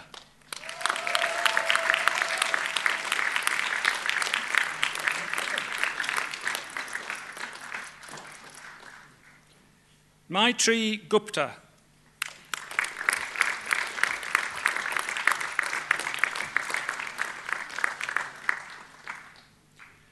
For financial mathematics, Hao Li.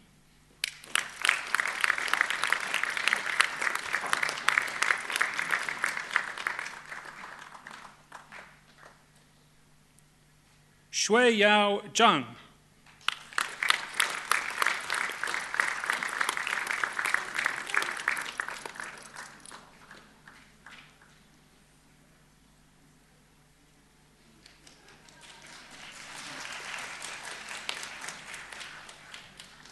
For mathematics, Mufli Al-Hazmi.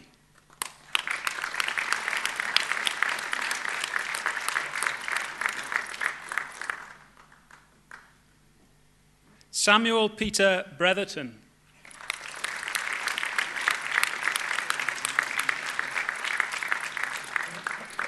Hannah Folks.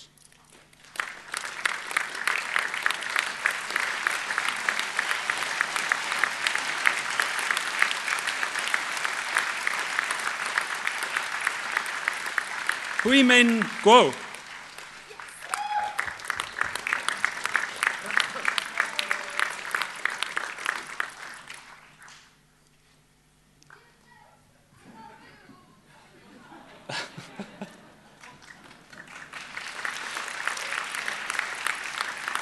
Amira Ismail.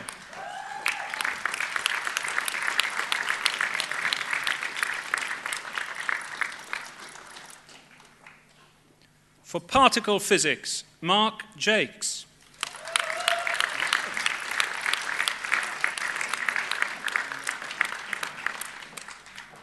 For physics, April Louise Cridland.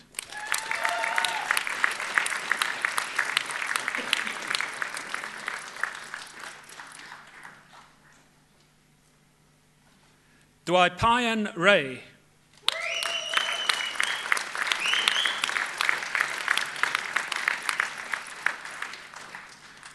For scientific computation, Mustafa Gadja.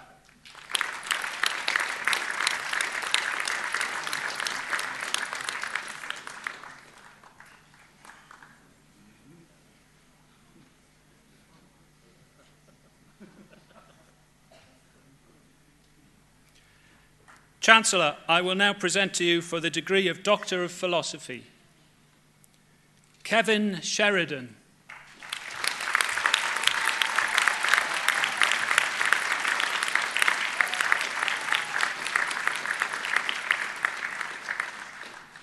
William Watson.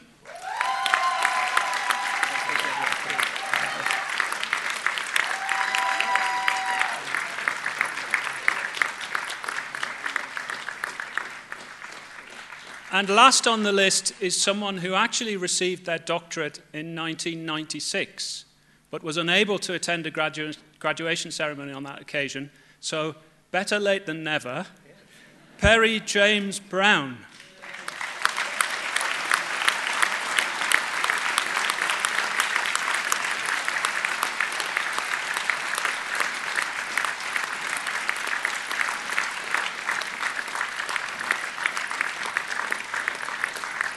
Chancellor, this concludes the list of graduands from the School of Mathematical and Physical Sciences.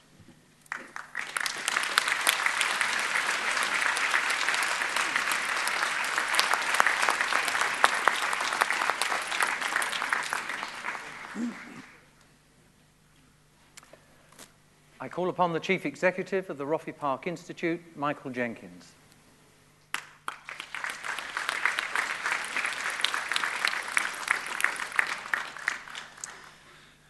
Chancellor, I present to you for the Postgraduate Certificate in Coaching, Elizabeth Crookall.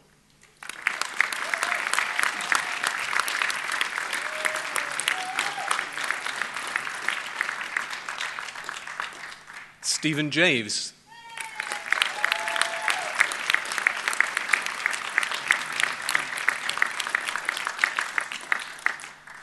Rowena Kerr.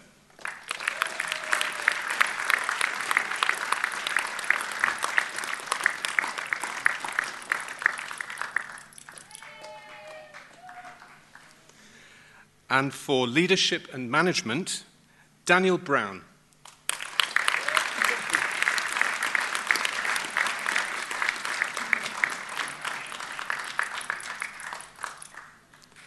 Jane Geary.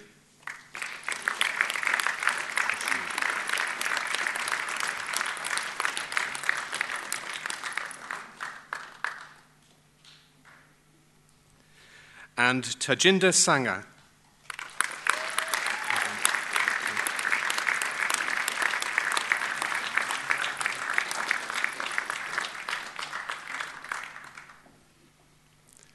Chancellor, that concludes the list of graduands from the Roffey Park Institute.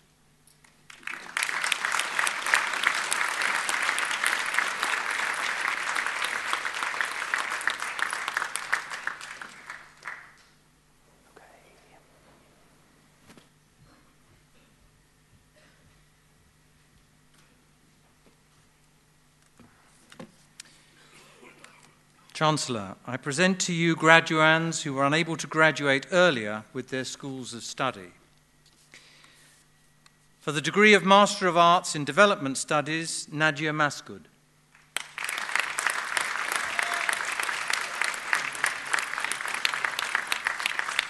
For the degree of Master of Science in International Accounting and Corporate Governance, Dan Chen.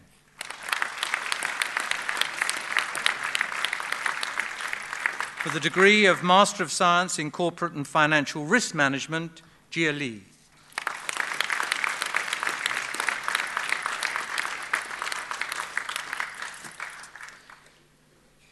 Chancellor, this is a moment when you take a few seconds just to reflect on whether you believe you've had sufficient love during this ceremony. Started off slowly, but picked up towards the end, really. So, much like the weather. Good in parts. Chancellor, you have now met all the graduands being presented to you at this ceremony, and the moment has come for the formal conferral of degrees of the University of Sussex. I therefore ask you to confer their degrees on those presented to you and to the other graduands who have indicated their wish to graduate in absentia at this ceremony. I formally confer degrees upon all those referred to by the Vice-Chancellor. Congratulations.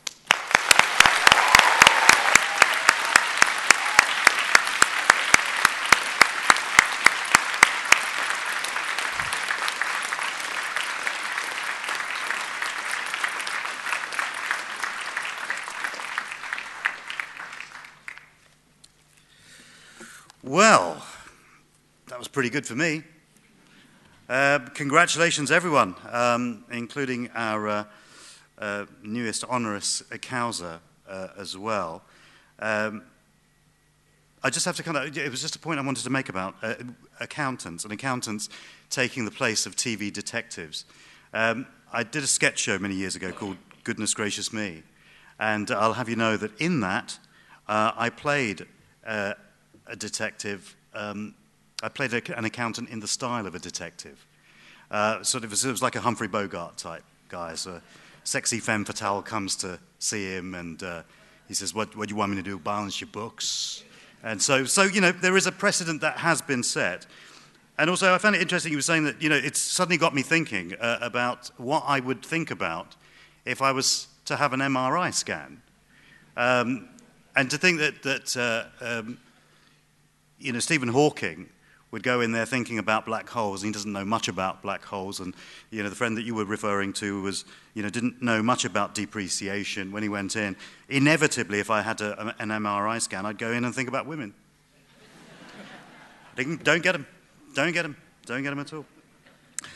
Anyway, what we're here for? Congratulations once again, and well done, family and friends as well. Some of you were truly embarrassing. Bravo. So graduates, as your time here at Sussex draws to a close, we hope that you will keep us in your hearts and thoughts and will remain connected to us as alumni. The Alumni Association isn't just there to keep you up to date with what's going on and for arranging get-togethers and the like. It's a fundamental resource for the future graduates of the university. Like you, at one stage, many students will come here living away from home for the first time, having new responsibilities thrust upon them, dealing with debt for the first time and trying to negotiate the tricky waters of finding and maintaining friendships and relationships. And they could do no better than to be able to tap into the knowledge, opinions, and experience of those who've been through the whole process firsthand. So I do hope that as many of you as possible will get involved with the various programs designed to help new students with their development and employability. There are those present today that have been associated with your success that look upon these days with huge fondness and great pride. For the last time, perhaps, please show your appreciation for your teachers, tutors, and staff.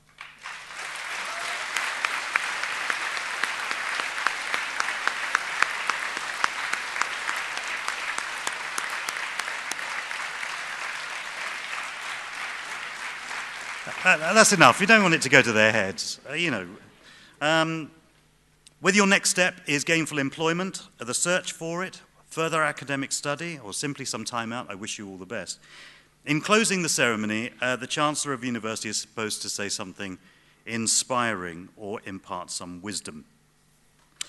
Since I spend most of my time seeking inspiration from others, and the only thing associated to wisdom that I have is a tooth, I'm sorely underqualified to provide you with either.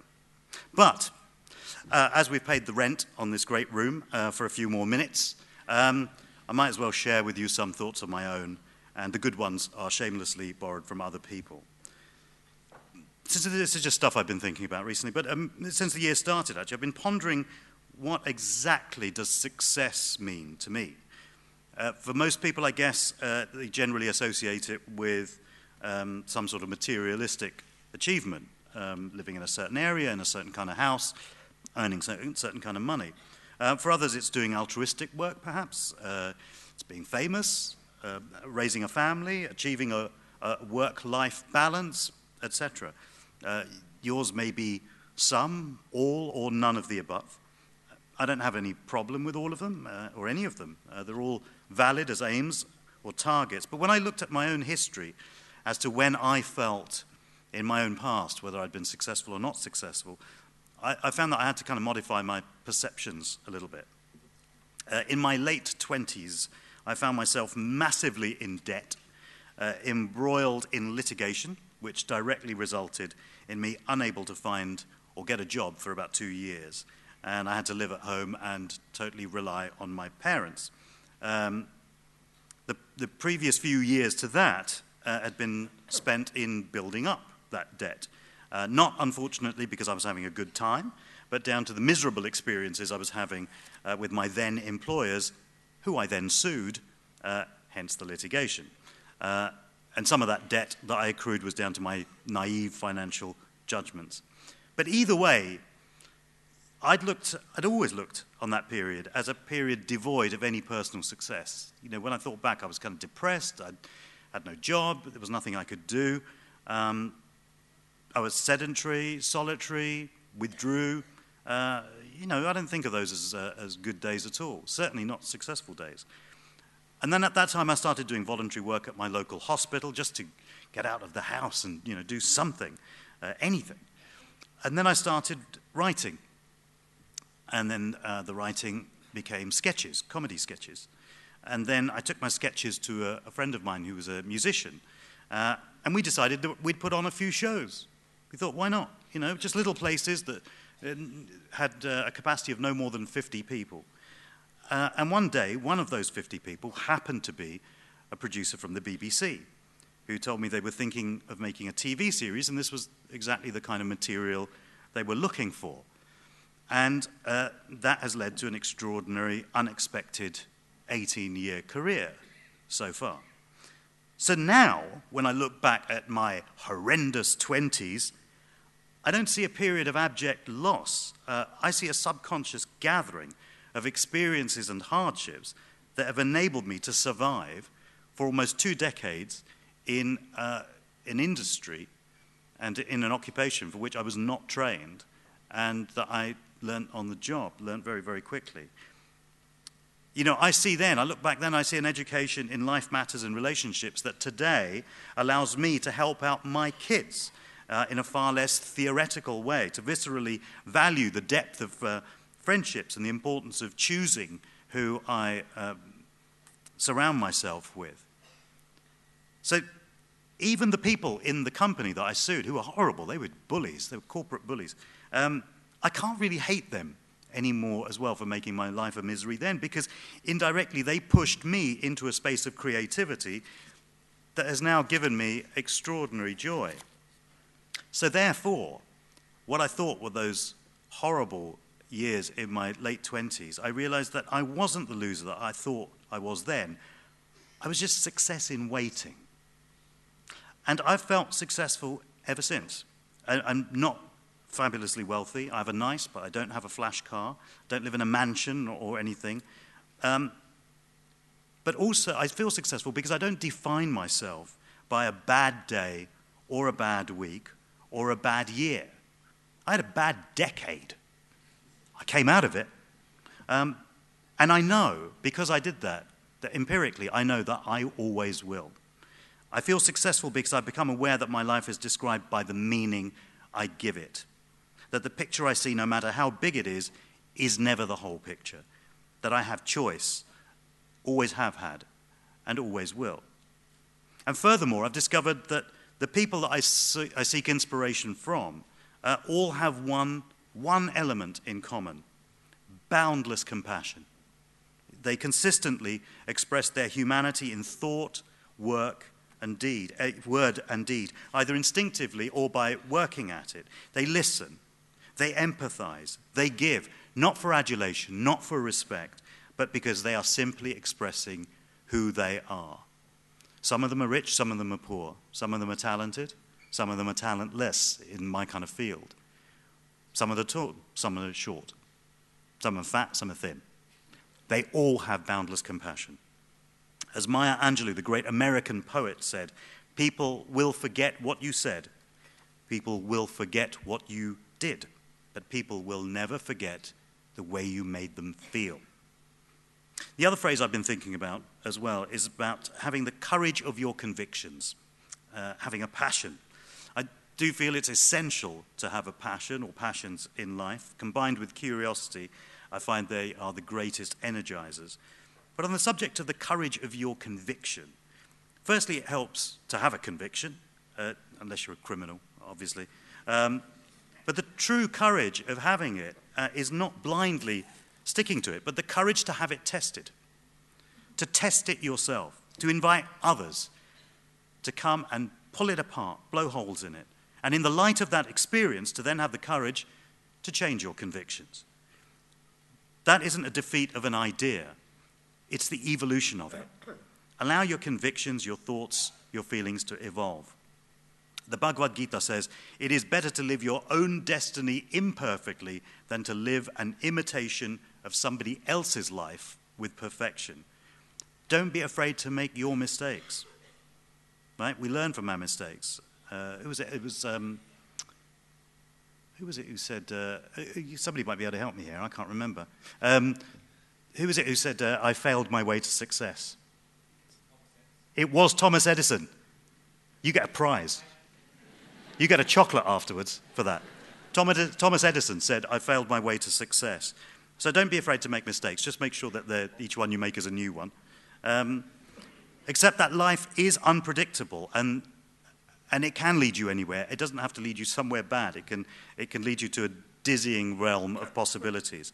It's something I do tell students at every graduation, but Sussex was my first choice when I applied to university, and I didn't get in. Apparently my grades weren't good enough. So I waited till all those who had prevented me from getting in had either retired, been deported, were in prison, just became plain dead, and I came back in as Chancellor. So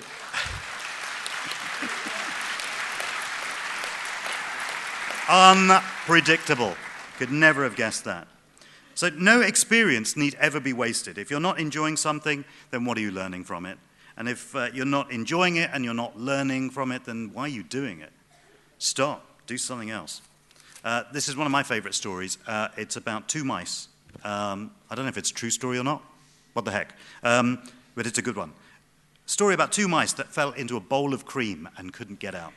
And one mouse decided that this is impossible. I'll never get out of this. And it just gave up and drowned. And the other mouse just struggled and struggled and struggled and thrashed and splashed about and struggled until he'd churned all the cream into butter and just stepped out of the bowl. Sometimes the struggle is the solution. I believe that we are the sum total of all our choices and experiences, good, bad, and ugly. And what constantly defines us is always, always what we do next. We're all creative, and we are constantly creating. And therefore, we have the opportunity to create a better self every day, every minute, every second. So don't skimp on your dreams. Einstein said, logic can take you from A to B. Your imagination can take you anywhere. I'll leave you with a couple of quotes and a suggestion that you can either take or leave. The first quote is from Robert Frost, who said, in 3 words, I can sum up everything I've learned about life. It goes on. And in terms of worrying about the future, I turn to Charles M. Schulz, who created the Peanuts cartoon, who said, stop worrying about the world ending today. It's already tomorrow in Australia, which is worth keeping in mind. And my suggestion is, you know the water that you boil vegetables in? Let it cool, freeze it, and then use cubes either as stock or the base for a soup. Yeah, up to you. As the Dalai Lama said, if you think you're too small to make a difference, try sleeping with a mosquito. Be creative. Dream big, be passionate, be compassionate, and never, never give up. I wish you all happiness and good fortune in everything you do. I officially declare this graduation closed.